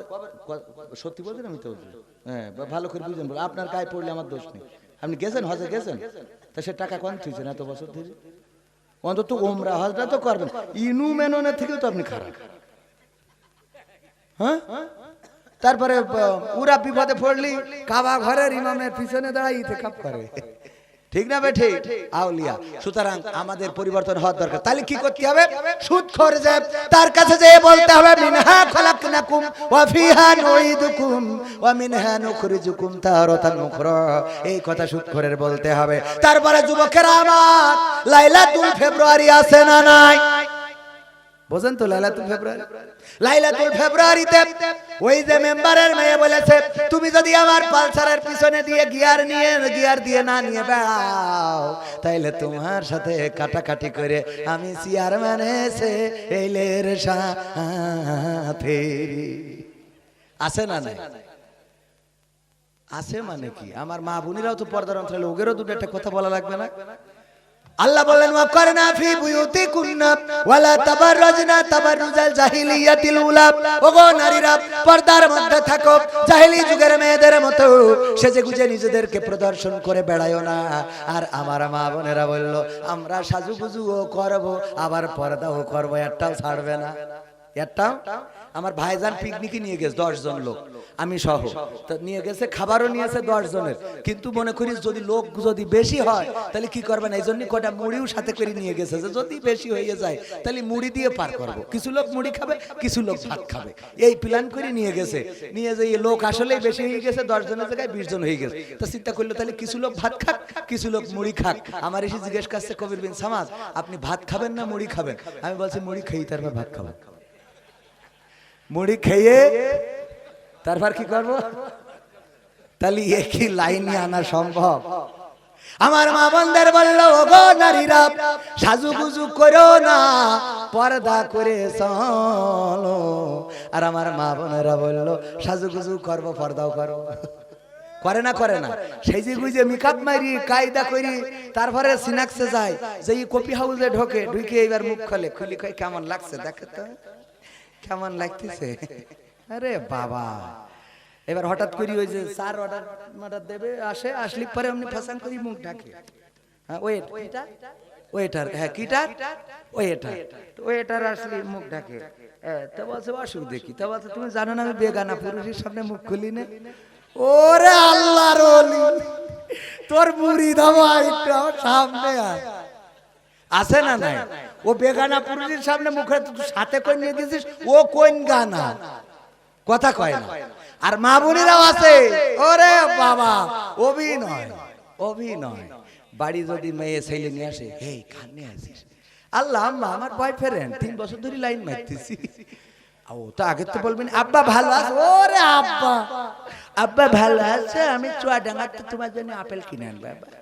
আব্বা বসে ঘরে নিয়ে যা, বর্ষা একটু পাখায় বাতাস কার। আরে যত্ন।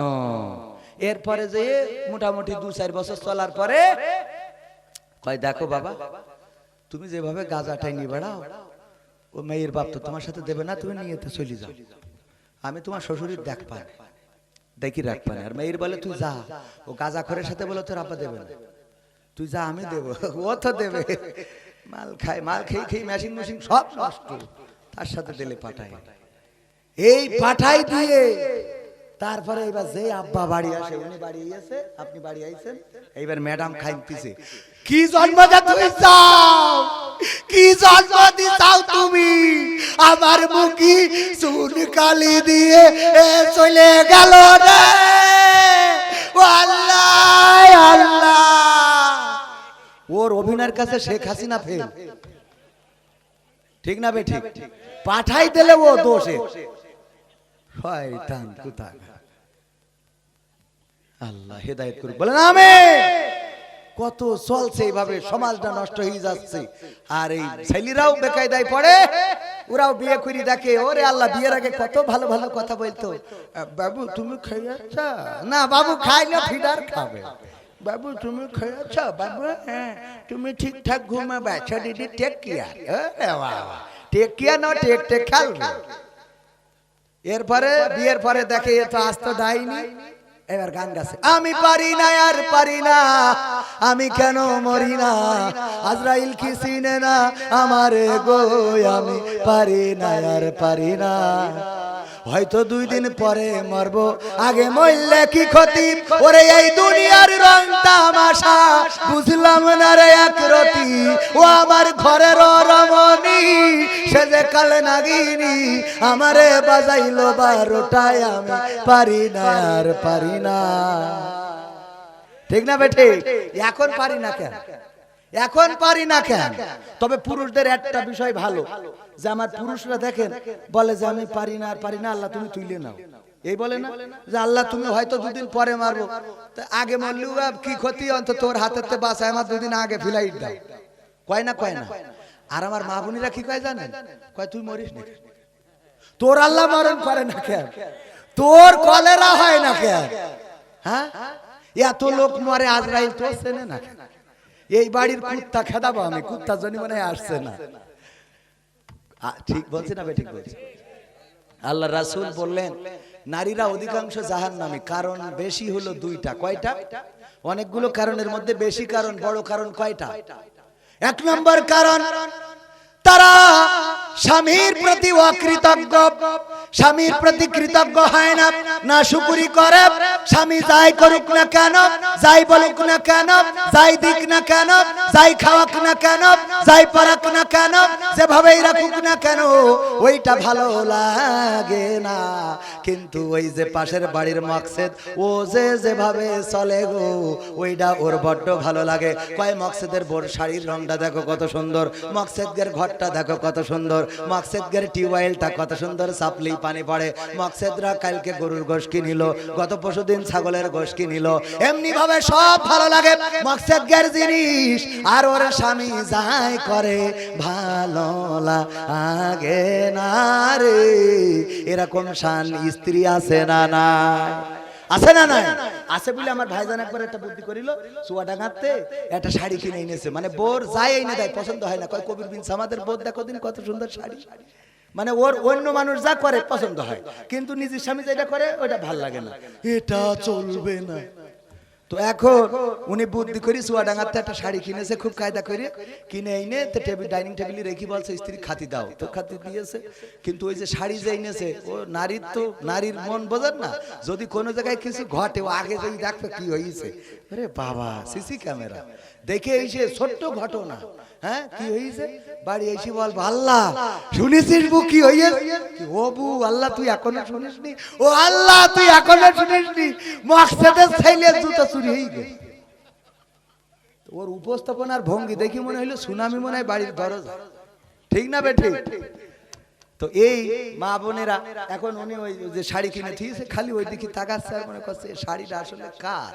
তো এক ফাঁকে জিজ্ঞেস করি বসলো শাড়ি কার? তা বলছে কবির বিন সামাদ ওর বোঝনি কিনেছে, তা আমার কাছে দিলে যে একটু নিয়ে যাও, আমার বাড়ি পয়সা দিয়ে আনে, আমার আসতে দেরি হবে, আর যদি না যেতে পারি পয়সা দিয়ে আনে, না হলে কাল আমি তোমার বাড়িতে নিয়ে নিবানে। এর বলছে দেখো দিন শাড়ির রংটা কত সুন্দর, কালারটা কত ভালো, পায়টা কত সুন্দর, তুমি যা কেন তাকে পারা যায়? আমি বলে তোমার ঘর সংসার করছি, অন্য মানুষ হলে এত নিতে লাগতো, চলে যেত। খালি কান্না আছে না নাই? এইবার বলছে শাড়ি তোমার পছন্দ হয়েছে? বলছে হবে না, এ তো তুমি কেন নি, তোমার তো পছন্দ ভালো না, তোমার যদি পছন্দ ভালো হইতো তা তুমি একটা ভালো শাড়ি আমার এই 20 বছরের জিন্দগিতে তুমি কিনে দিছাও। মনে মনে কাছে পছন্দ ভালো না বলি তোর নিয়ে সংসার করছি, তা না হলে তো পরি বনে আসতো আমার ঘরে, বুকের পাটা রাখতে হবে।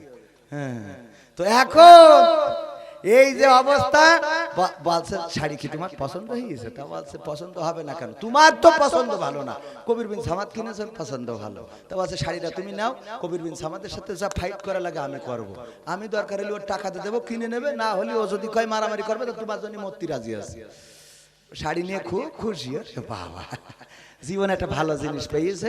রাত্রি শোয়ার সময় আমার ভাইজান বলছে স্ত্রী সত্যিই কি তোমার শাড়ি পছন্দ হয়েছে? তো বলছে হবে না কেন, আজকে তো তুমি কেন নি, আমার খুব ভালো লাগে, মনের মধ্যে একটা জিনিস পাইছি। বলছে স্ত্রী বলা যায় না, আজকের রাতটাই শেষ ঘুম হয়ে যেতে পারে, কালকে আমরা কবর দেশের বাসিন্দা হয়ে যেতে পারি, আমি যদি মরে যাই মনের কথাটা বলা হবে না। দেখো আমি তোমার জন্য নিজে পছন্দ করি চুয়াডাঙ্গা শহরের তে, আলমডাঙ্গাতেও কিনিনি, চুয়াডাঙ্গাতে শাড়িটা কিনে নিয়ে আইছি। তা বলছে তুমি কিনেছো? সত্যি সত্যি? তো বলছে হ্যাঁ আমি কিনেছি। তা তাহলে এর রং থাকবে না, তাহলে এর রং থাকবে না। ওর কি কিয়ামত পর্যন্ত খুশি করা সম্ভব বলেন? এরকম অকৃতজ্ঞ নারী আছে না নাই? এই অকৃতজ্ঞ নারী যারা, আল্লাহর নবী বললেন ওরা জাহান্নামে যাবে। জাহান্নামে যাওয়ার কারণের মধ্যে 1 নম্বর কারণ হলো এটা, আর 2 নম্বর নারী হলো তারা যারা বেশি বেশি অভিশাপ দেয়, ওরে আল্লাহ ও কেন মারে না, ওর কেন করোনায় ধরে না, ওর কেন কবর রচনা হয় না, ওর কেন আল্লাহ তুলে নেয় না, এমন দোয়া যারা করে গো, এই নারীরাও জাহান্নামে যাবে। ওগো আমার পর্দার অন্তরালের মা বোনেরা, দয়া করে আপনারা স্বামীর অভিশাপ, স্বামীর প্রতি অভিশাপ দেবেন না, সন্তানের প্রতি অভিশাপ দেবেন না, মা বাবার প্রতি অভিশাপ দেবেন না, আর স্বামীর প্রতি কৃতজ্ঞ হবেন না। এই 2টো কাজ যদি করেন তাইলে জাহান্নাম হবে আপনার ঠিকানা। মনে থাকবে? আপনাদের মনে থেকে তো লাভ নেই, এটা মনে থাকতে হবে কাদের? আর আপনাদের মনে থাকতে হবে কি? আপনাদের মনে থাকতে হবে আমার এক মা বোন নিয়ত করেছে যে একটা মোরগ জবাই করে হুজুরির খাওয়াবো, ওর স্বামীর বলেছে হুজুরির একটু দাওয়াত দেইছো। তা হুজুরির দাওয়াত দিতে গেছে, হুজুর বলছে যে আমি তো খাবো, তুমি কি নামাজ পড়ো? তা বলছে না। তা বলছে আমি বেনামাজির বাড়ি খাই না। বাড়ি এসে বলছে স্ত্রী হুজুর তো বেনামাজির বাড়ি খায় না। তা বলছে তাহলে তুমি নামাজ পড়ো? বলছো আমাদের হবে না, আর এখনো বয়স হয়নি। তাহলে এখন হুজুরির আমি যে মানত করে রাখিছি এই মোরগটা যে হুজুরিরই খাওয়াবো, তাহলে এখন করবো কি? কয় অসুবিধা নেই, আমি 3 দিন পরে হুজুরির বুদ্ধি করে দাওয়াত দিয়ে আসবেন। কি বুদ্ধি? বলছে আমি মিছে কথা কই নিয়ে আসবো যে আমি নামাজ পড়ার ধরেছি, আসেন। তা বলছে কি করি বলবা? বলছে আমি হাদিসে আমপারায় পাইছি, বল খুশি করতে গেলি বলা। হাদিসে আম ফারাই খুঁজে যে বোর খুশি করতে গেলি নাকি এইটা বলা যায় তো বলবো বললি ও 3 দিন পরে যে বলেছে বললি হুজুর এসে এই খাতি বসে বলছে যে নামাজ পড়ছেন বাজান তো আচ্ছা হুজুর তো আচ্ছা তাহলে বলেন তো ফজরের ফরজ নামাজ কয় রাকাত তো আচ্ছা হুজুর খাওয়ার সময় কথা বলতে নেই খাওয়ার সময় হুজুর বলছে সে আমি বুঝবানে তুমি আগে ফজরের ফরজ নামাজ কয় রাকাত আমি কথা বললে জাহান্নামে যাই যাবানে তোর টেনশন কর তুই ক স্ত্রী বুঝতে পেরিস যে তো এখানে ফেল মারবে মানে কি দুটো ঘুরলো পাবে একের জন্য 100 পাবে না মানে দুটো ঘুরলো এক হলে 100 হইতো তো বলছে যে স্ত্রী রান্না করতে বলছে শোনো বলো তুই রাখা স্বামী বলছে হুজুর খেয়ে নেন লাস্টে বলবানে শুনে চলে দিন বলছে না আগে বলেন ফজরের ফরজ নামাজ কয় রাকাত বলছে হুজুর বলাই লাগবে স্ত্রী বুঝতে পেরিস তো আবার বলছে বলছে হুজুর বলতে আর বলেন ফজরের ফরজ নামাজ কয় রাকাত তা না হলে খাবো না আমি তাও আছে হুজুর ফজরের ফরজ নামাজ 4 রাকাত কয় রাকাত হুজুর রাগ করে উঠে হাঁটা দিয়েছে বারান্দার থেকে নেমে যখন হুজুর চলে গেছে স্ত্রীও রান্নাঘর থেকে লাফ দিয়ে এসে বলতেছে কত করে রান্নাঘর থেকে বললাম বলো ফজরের নামাজ 2 রাকাত যা ফজরের ফরজ নামাজ 2 রাকাত কয়বার আঙুল দেখালাম দেখিলে কিনা বসে দেখিছি তা বললে না কেন বলছে আল্লাহ এইজন্যই তো তোর বউ বানাইছে তা না হলে তো তোর আমার স্বামী বানাইতো কেন বলছে তোর মাথায় বুদ্ধি আছে এই যেই হুজুরের 4 রাকাত বলে আটকাতে পারিনি ও 2 রাকাত বললে তো আমার বাড়ি থেকে দিতে কেন 4 রাকাত বলে আটকাতে পারিনি ও 2 রাকাত বললে ও না মেরে বাড়ি যাইতো এরম স্বামী আছে না না আমার মা বোনেরা বলছে হুজুর ওয়াজ এবার পয়েন্ট হইছে কারণ আমাদের তাপসী রাবিয়া হিসেবে খুঁজতে চাই তো সাত দোকানে বসে পরিমণি কারিনা কাপুর ঐশ্বরিয়া রায় তারপরে বুবলি পরে আর ওই সব যারা আছে আর নাম জানি না আর বেশি নাম বললে আবার এই সমালোচনা শুরু করতে পারে যে হুজুর এত নাম জানে কি করে আমার আমির হামজা ভাই একটা নাম বললে খুব বিপদে আছে আছে না নাই আন্দাকা মান্দাকা নাকি মান্দারা না আন্দারা কি রাশমিকা মান্দারা না ইন্দিরা যাই হোক এই নাম বলার কারণে ওরে সমালোচনা আমি বলছি যারা সমালোচনা করতে চাও এই নাম বলার সাথে সাথে তুই চিনে ফেললি তুই কত বড় আল্লাহর ওলি কথা কয় না তুই কত বড় আল্লাহর ওলি যে তোর বলার সাথে সাথে চিনে ফেললি যে হুজুর খুব খারাপ হুজুর তো খারাপ কিন্তু আমার বুঝাই গেছ তুমি কত বড় পরহেজগার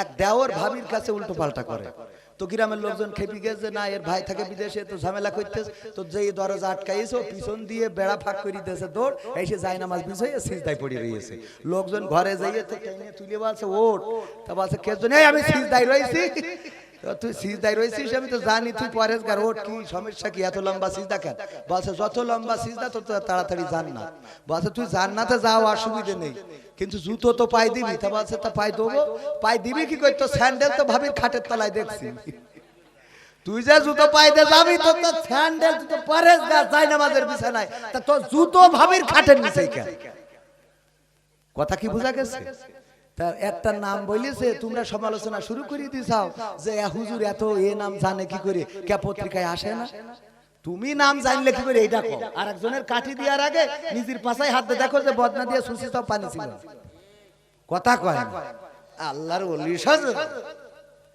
এমপিরা সব কোথায় গেল মন্ত্রীরা সব কোথায় গেল কোথায় কাদের কাকা তাদের সারা দেশটা এখন লাগে ফাঁকা ফাঁকা ওদের সারা দেশটা এখন লাগে ফাঁকা ফাঁকা আইন মন্ত্রী আটকে গেল আইনেরই ফাঁকে দাড়ি ছাড়া দরবেশের ভণ্ড ভণ্ড লাগে শুনছি কত নেতা নেত্রী খাইতেছে ভাই ডান্ডা বিচারপতি কালামানিকের ফাটিয়েছে আন্ডা পলকের ঝলক গেল পলকের ঝলক গেল থামিয়ে নেটের চাকা তাদের সারা দেশটা এখন লাগে ফাঁকা ফাঁকা ওদের সারা দেশটা এখন লাগে ফাঁকা ফাঁকা কোথায় গেল কই গেল সেই সংসদেতে মমতাজের গান কোথায় গেল হযরত বলা স্বামী ওসমান ইনু মেনন দীপু মনি আছে কারাগারে বাপ করিলেও পাপ কখনো ছাড়ে কি আর তারে কোথায় গেল স্পিকারের কোথায় গেল স্পিকারের দৃষ্টি আঁকা বাঁকা তাদের ছাড়া দেশটা এখন লাগে ফাঁকা। কোথায় গেল আরাফাত আর ব্যারিস্টার সুমন, কথা বলার সময় তারা করে নিয়োজন। মুরগি কবির খাইছে ধরা, জাফর কোথায় আছে, গোপনে কি সেও গেল মোদি দাদুর কাছে। কোথায় গেল এ সালামের, কোথায় গেল এ সালামের কাড়ি কাড়ি টাকা, তাদের ছাড়া দেশটা এখন লাগে ফাঁকা। লাগে কি না? এখন আর টেলিভিশন খুললে আমাদের আর কুমড়ো দিয়ে বেগুনি বানানো কেউ শিখায় না। এখন আর কাঁচামরিচ শুকাই রেখে বর্ষাকালে পানিতে দিলে জ্যান্ত হয়ে পুকুরি খাবি খাবে এই কথা কেউ বলে না, ঠিক না বেঠে? এখন আর কাঁঠাল দিয়ে কেমন করে বার্গার বানাইতে হয় এটা কেউ শিখায় না। এখন আর টেলিভিশন খুললে ইফতারির সময় খেজুরের পরিবর্তে পেয়ারা খাওয়ার কথা কেউ বলে। ওরা কোথায় হারিয়ে গেল, কোথায়? ঠিক না বেঠিক? আমার ক্যামেরাম্যান খালি বারবার দেখাচ্ছে আমার লেখা গানের বই, ঠিকানার গান 100টারও বেশি সঙ্গীত, যেসব সঙ্গীত আমি গাই। তুমি যার লাগিয়া এমবি ভরো তার তো বাটন ফোন। আজকালকের ছেলেরা বই নিয়ে আর বসে না, ও বাবা গুগলে সার্চ করে পড়ে। এসব গানগুলো দিয়ে সাজানো ভিতরে যাচ্ছে, যদি কেউ পারে সংগ্রহ করতে পারেন বইটা, 100 টাকা করে দাম ইনশাআল্লাহ। প্রবাসীর গান, প্রবাসীর গান শুনবেন, শুনবেন, শুনবেন, কারা কারা হাত উঁচু করেন, শুনবেন? প্রবাসীর গান আমি শোনাবো যদি আপনারা থাকেন। কথা দিলেন থাকবেন, থাকবেন, থাকবেন ইনশাআল্লাহ। কোরআনের জন্য যদি জীবন দিতে হয়, যেভাবে আমরা 1952-তে সালাম, রফিক, শফিক, জব্বার, বরকত বুকের তাজা রক্ত ঢেলে দিয়ে প্রমাণ করেছিল আমরা রক্ত দিতে জানি, সবুজ ঘাসকে লাল বানাতে জানি, পিচ ঢালা কালো পথ রক্তে রঞ্জিত করতে জানি, কিন্তু মায়ের ভাষার অধিকার ছেড়ে দিতে জানি না। সেই বিপ্লব 1971-এ এসেছিল। 1971-এ 9 মাস রক্তক্ষয়ী সংঘর্ষ করেছিল আমার বীর বাঙালি, আমার দামাল ছেলেরা। তারা রক্ত দিয়ে, জীবন দিয়ে প্রমাণ করেছিল রক্ত দিতে জানি, জীবন দিতে জানি, শহীদ হতে জানি, কিন্তু বাংলা মাটির 1 ইঞ্চি, বাংলা মানচিত্রের 1 ইঞ্চি মাটি আমরা ছেড়ে দিতে জানি না। 2024-এ আমার ছাত্ররা রাজপথে নেমে রক্ত দিয়ে প্রমাণ করেছিল রক্ত দেব, জীবন দেব, শহীদ হব, কিন্তু স্বৈরাচারের বাংলাদেশে কোন স্থান হবে? সেইভাবে পবিত্র কোরআনকে বুকে ধরে যদি আগামী দিন ইসলামী আন্দোলনের নেতা কর্মীরা জিহাদের ডাক দেয়, সেই জিহাদে সম্পৃক্ত থেকে যদি বাতিলের বুলেট আমাদের বুক ঝাঁঝরা করে দেয়, আমাদের রক্ত যদি জমিনে পড়ে, সেই রক্তের সাগরে সাঁতার কেটে কেটে একটি রক্তাক্ত বিপ্লবী কালেমার পতাকা বাংলার জমিনে উড়াতে রাজি আছেন কারা কারা দেখতে চায়?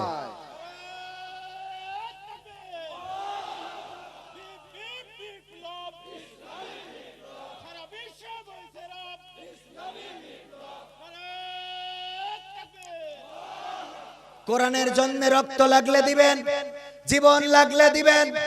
কোরআনের জন্য যদি মিছিলে যেতে হয় যাবেন, যদি শহীদ হতে হয় হবেন। তবে যদি কোরআনের জন্য টাকা দেয়া লাগে আমরা কেউ দেব না, বলেন ঠিক কিনা? হ্যাঁ দেবেন, দেবেন, দেবেন, কারা কারা হাত উঁচু করেন, দেবেন, হাত উঁচু করেন, দেখি সব ওঠে নাই নাকি? দেবেন সত্যি? বাম হাতটা নামান, ডাইন হাত মুট করেন, মুট মুট মুট। আমারও তো লাগবে, আমার ক্যামেরাম্যান দিবেন। এই মুটটা নিজের পকেটে না থাকলে পাশেটাই ঢুকায়, ঢুকায়ে ও দেখছে না যেহেতু পাশে। তাড়াতাড়ি তাড়াতাড়ি যুবকরা প্যাকেট নিয়ে যাও, যার যা আছে দেখি দেখি কত আসে কোরআনের জন্য, আমার জন্য না, এই মাহফিলের জন্য। তাড়াতাড়ি তাড়াতাড়ি তাড়াতাড়ি, এক্ষুনি টুপি নিয়ে গেলি হচ্ছে কিডা? জাকের পার্টি, ও জাকি। 500 টাকা আল্লাহ কবুল করেন। খেয়াল দেখেন বঙ্গবন্ধুর নোট দিল বাবু ভাই 500 টাকা আল্লাহ কবুল করে নাও। বাবু তুমি খেয়েছো কিনা? ও বাবু, বাবু কত দিল? 500 টাকা আল্লাহ কবুল করে নাও। মনের নেক মাকসাদ পুরা করে দাও, আপনজনদের কবুল করে নাও। যার যা আছে পকেটে দিয়ে দেন প্যাকেটে। তারপরে প্রবাসীর গান শোনাবো, তারপরে ওই ওয়াজের কথা মনে আছে কিনা? মিনহা খলাকনাকুম ওয়া ফিহা নুঈদুকুম ওয়া মিনহা নুখরিজুকুম তারাতান উখরা। আমরা সুদখোরের কাছে যেয়ে বলবো, চেয়ারম্যানের কাছে যেয়ে বলবো, আমাদের যদি কেউ প্রেম প্রস্তাব দেয় তারেও বলবো, আমাদের কোনো ভাবি যদি অন্যায় কোনো আবদার করে তারেও বলবো মিনহা খলাকনাকুম ওয়া ফিহা নুঈদুকুম ওয়া মিনহা নুখরিজুকুম তারাতান উখরা। মনে থাকবে না? থাকবে না? এই আয়াত তাইলে কোনে বলবো আমরা? কোথায় বলবো? যেখানে প্রভাবশালী বলবো সেখানে, কিন্তু আমরা এই আয়াত বলি যেখানে প্রভাব মোট নেই সেখানে। মনে থাকবে তো? মনে থাকবে। এখন থেকে কবরে নয়, বরং যারা কবরে যায়নি ওদের কানের কাছে এই আয়াত পড়বেন। এই আয়াত এসেছে আসলে জ্যান্ত মানুষের জন্য, ওই কবরে যেয়ে পড়ার জন্য না। কবরে পড়ে কোনো লাভ নেই, ও চাইরে না, লাভ হবে না। আপনি কবরে ওখানে 100 বার এই আয়াত পড়েও কোনো ফায়দা নেই, জ্যান্ত মানুষের কাছে পড়বেন। তাহলে ও যদি বোঝে তাইলে ও তাস খেলা ছেড়ে দেবে। একজন জেলখানাতে এসেছে, চার দোকান দিয়েছে, মানসি ওর বলে আলহাজের চার দোকান। ওর কাছে যাই জিজ্ঞেস করলো আমাদের ফখরুদ্দিন সাহেব, আপনি আলহাজ কবে হজ করেছেন? বলছে আমি আসলে আলহাজ না, আমি জেল হজ। কি হজ? জেল হজ। কেন? তো বলছে আগে গাঁজা বেচতাম, জেলখানায় যেয়ে কিছু জামাতের নেতৃবৃন্দের সাথে থেকে ভালো হয়ে গেছি, এই সাথে দেখলাম গাঁজা বেচা ছেড়ে দিয়ে চা বেশি, তাই মানছি আমার আলহাজ কয় উপবাস করি।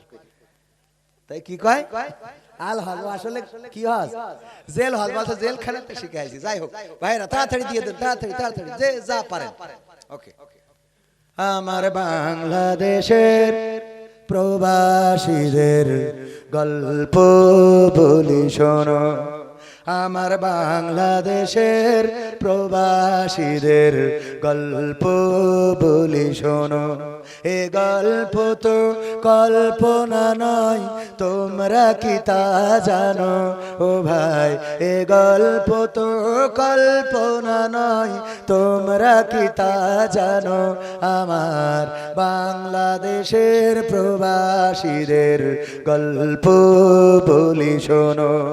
পল্লী গায়ের দুরন্ত ছেলে বাপে ডাকে খোকা, হঠাৎ করে ঢুকলো মাথায় বিদেশ যাওয়ার পোকা। রোগে শোকে ক্লান্ত পিতা, খাটার নাই উপায়, বেকার ছেলের এমন কথায় বাবাও দিল সাই। ক্ষেতের জমি হালের গরু বিক্রয় করে দিয়ে বাকি টাকা করলো পূরণ মায়ের গহনা নিয়ে। অনেক আশা বুকে বেঁধে ছাড়লো যখন বাড়ি, শেষে কি বেদনা বিধুর ছিড়লো যেন নাড়ি। মায়ে কান্দে, ভাইয়ে কান্দে, কান্দে আপন জন, চোখের জলে বুক ভেসে যায়, শক্ত করে মন। এমন মানুষ কোন সে জনা, এমন মানুষ কোন সে জনা, তোমরা কি তা জানো? আমার চুয়াডাঙ্গার ওই প্রবাসীদের গল্প বলি শোনো, আমার আলমডাঙ্গার ওই প্রবাসীদের গল্প বলি শোনো। বিমানেতে বসে খোকা জানালারি পাশে, নীল আকাশে তাকিয়ে দেখে মায়ের ছবি ভাসি। আঁচল দিয়ে চোখ মুছে মা প্রভুকে যে বলে, আল্লাহ তুমি ভালো রেখো আমার কোলের ছেলে। খোকা যে ছিল মা জননীর কোলে জারি বোটা, ভাবতে সব চোখ ভিজে জল পড়লো ফোটা ফোটা। এমন মানুষ কোন সে জনা, এমন মানুষ কোন সে জনা, তোমরা কি তা জানো? আমার মালয়েশিয়ার প্রবাসীদের গল্প বলি শোনো, আমার চুয়াডাঙ্গা জেলার প্রবাসীদের গল্প বলি শোনো। নদ নদী আর সাগর নগর দিয়ে খোকা পাড়ি, পৌঁছালো যে অতি সাধের বিদেশের বাড়ি। অনেক কষ্টে মিলল খোকার এমন একটা কাজ, হাড় ভাঙা খাটুনি তাতে সকাল দুপুর সাজ, রোগে শোকে কাজ করে যায়, করে নাই অবহেলা, আকাশ সমান স্বপ্ন দেখে কাটিয়ে দেয় বেলা। মা জননীর সাথে যখন খোকা কথা কয়, বলে বাবা কেমন আছো জানতে ইচ্ছা হয়। মাগো আমি ভালো আছি, মাগো আমি ভালো আছি, দুঃখ নেই তো কোনো, আমার বাংলাদেশের প্রবাসীদের গল্প বলি শোনো, আমার চুয়াডাঙ্গা জেলার প্রবাসীদের গল্প বলি শোনো। হঠাৎ করে বাবা বলে টাকার যে দরকার, তোর মায়েরই বড় অসুখ দেখাবো ডাক্তার, চিন্তায় আমার বাড়ছে আবার তোর বোনেরই নিয়ে, দিনে দিনে হচ্ছে বড় দিতে হবে বিয়ে, তোর ভাইয়েরই লেখা পড়ার খরচ বেড়ে গেছে, দরকার এখন অনেক টাকার, তোর কাছে কি আছে, পাইনি বেতন এখনো খোকা, পকেটটা যে ফাঁকা, তবুও বলে ভেবো না বাবা দেব আমি টাকা। এমন মানুষ কোন সেজনা, এমন মানুষ কোন সেজনা, তোমরা কি তা জানশের প্রবাসীদের গল্প বলি শোনো, আমার মালয়েশিয়ার প্রবাসীদের গল্প বলি শোনো। দিন মাস গুনে খোকা এখন পৌঁছালো বছরে, করতে হয় কাজ এখন যে তার 10 তলার উপরে, হঠাৎ করে কি হতে কি যেন হয়ে গেল, 10 তলারই উপর থেকে খোকা পড়ে গেল, আকাশ সমান স্বপ্নগুলো আকাশে গেল উড়ে, দেহ থেকে প্রাণ পাখিটা গেল যে ভাই ছেড়ে, বন্ধুরা যে এসে দেখে রক্তে তরতর, নিতর দেহ পড়ে আছে জমিনের উপর। এমন মানুষ কোন সেজনা, এমন মানুষ কোন সেজনা, তোমরা কি তা জানো, আমার সৌদি আরবের প্রবাসীদের গল্প বলি শোনো, আমার কুয়েতের ওই প্রবাসীদের গল্প বলি শোনো। পাঠাতে হবে লাশটা দেশে, আপন তো কেউ নাই, বন্ধুরা সব মিলে মিশে করলো এ কাজটাই, শুনে খবর মা জননীর সে কি আহাজারে, তার কান্দনে আকাশ বাতাস হচ্ছে যে ভাই ভারী, অবশেষে খোকার কফিন পৌঁছালো যে বাড়ি, ভাই বোনার গায়ের স্বজনের সে কি আহাজারি, মা জননীকে দে বলে ওরে আমার ছেলে, বিদেশ থেকে কোন দেশে তুই গেলে আবার চলি, মাগো আমি সুখানিতে, মাগো আমি সুখ কিনিতে জীবন দিছি জানো, আমার চুয়াডাঙ্গা জেলার প্রবাসীদের গল্প বলি শোনো।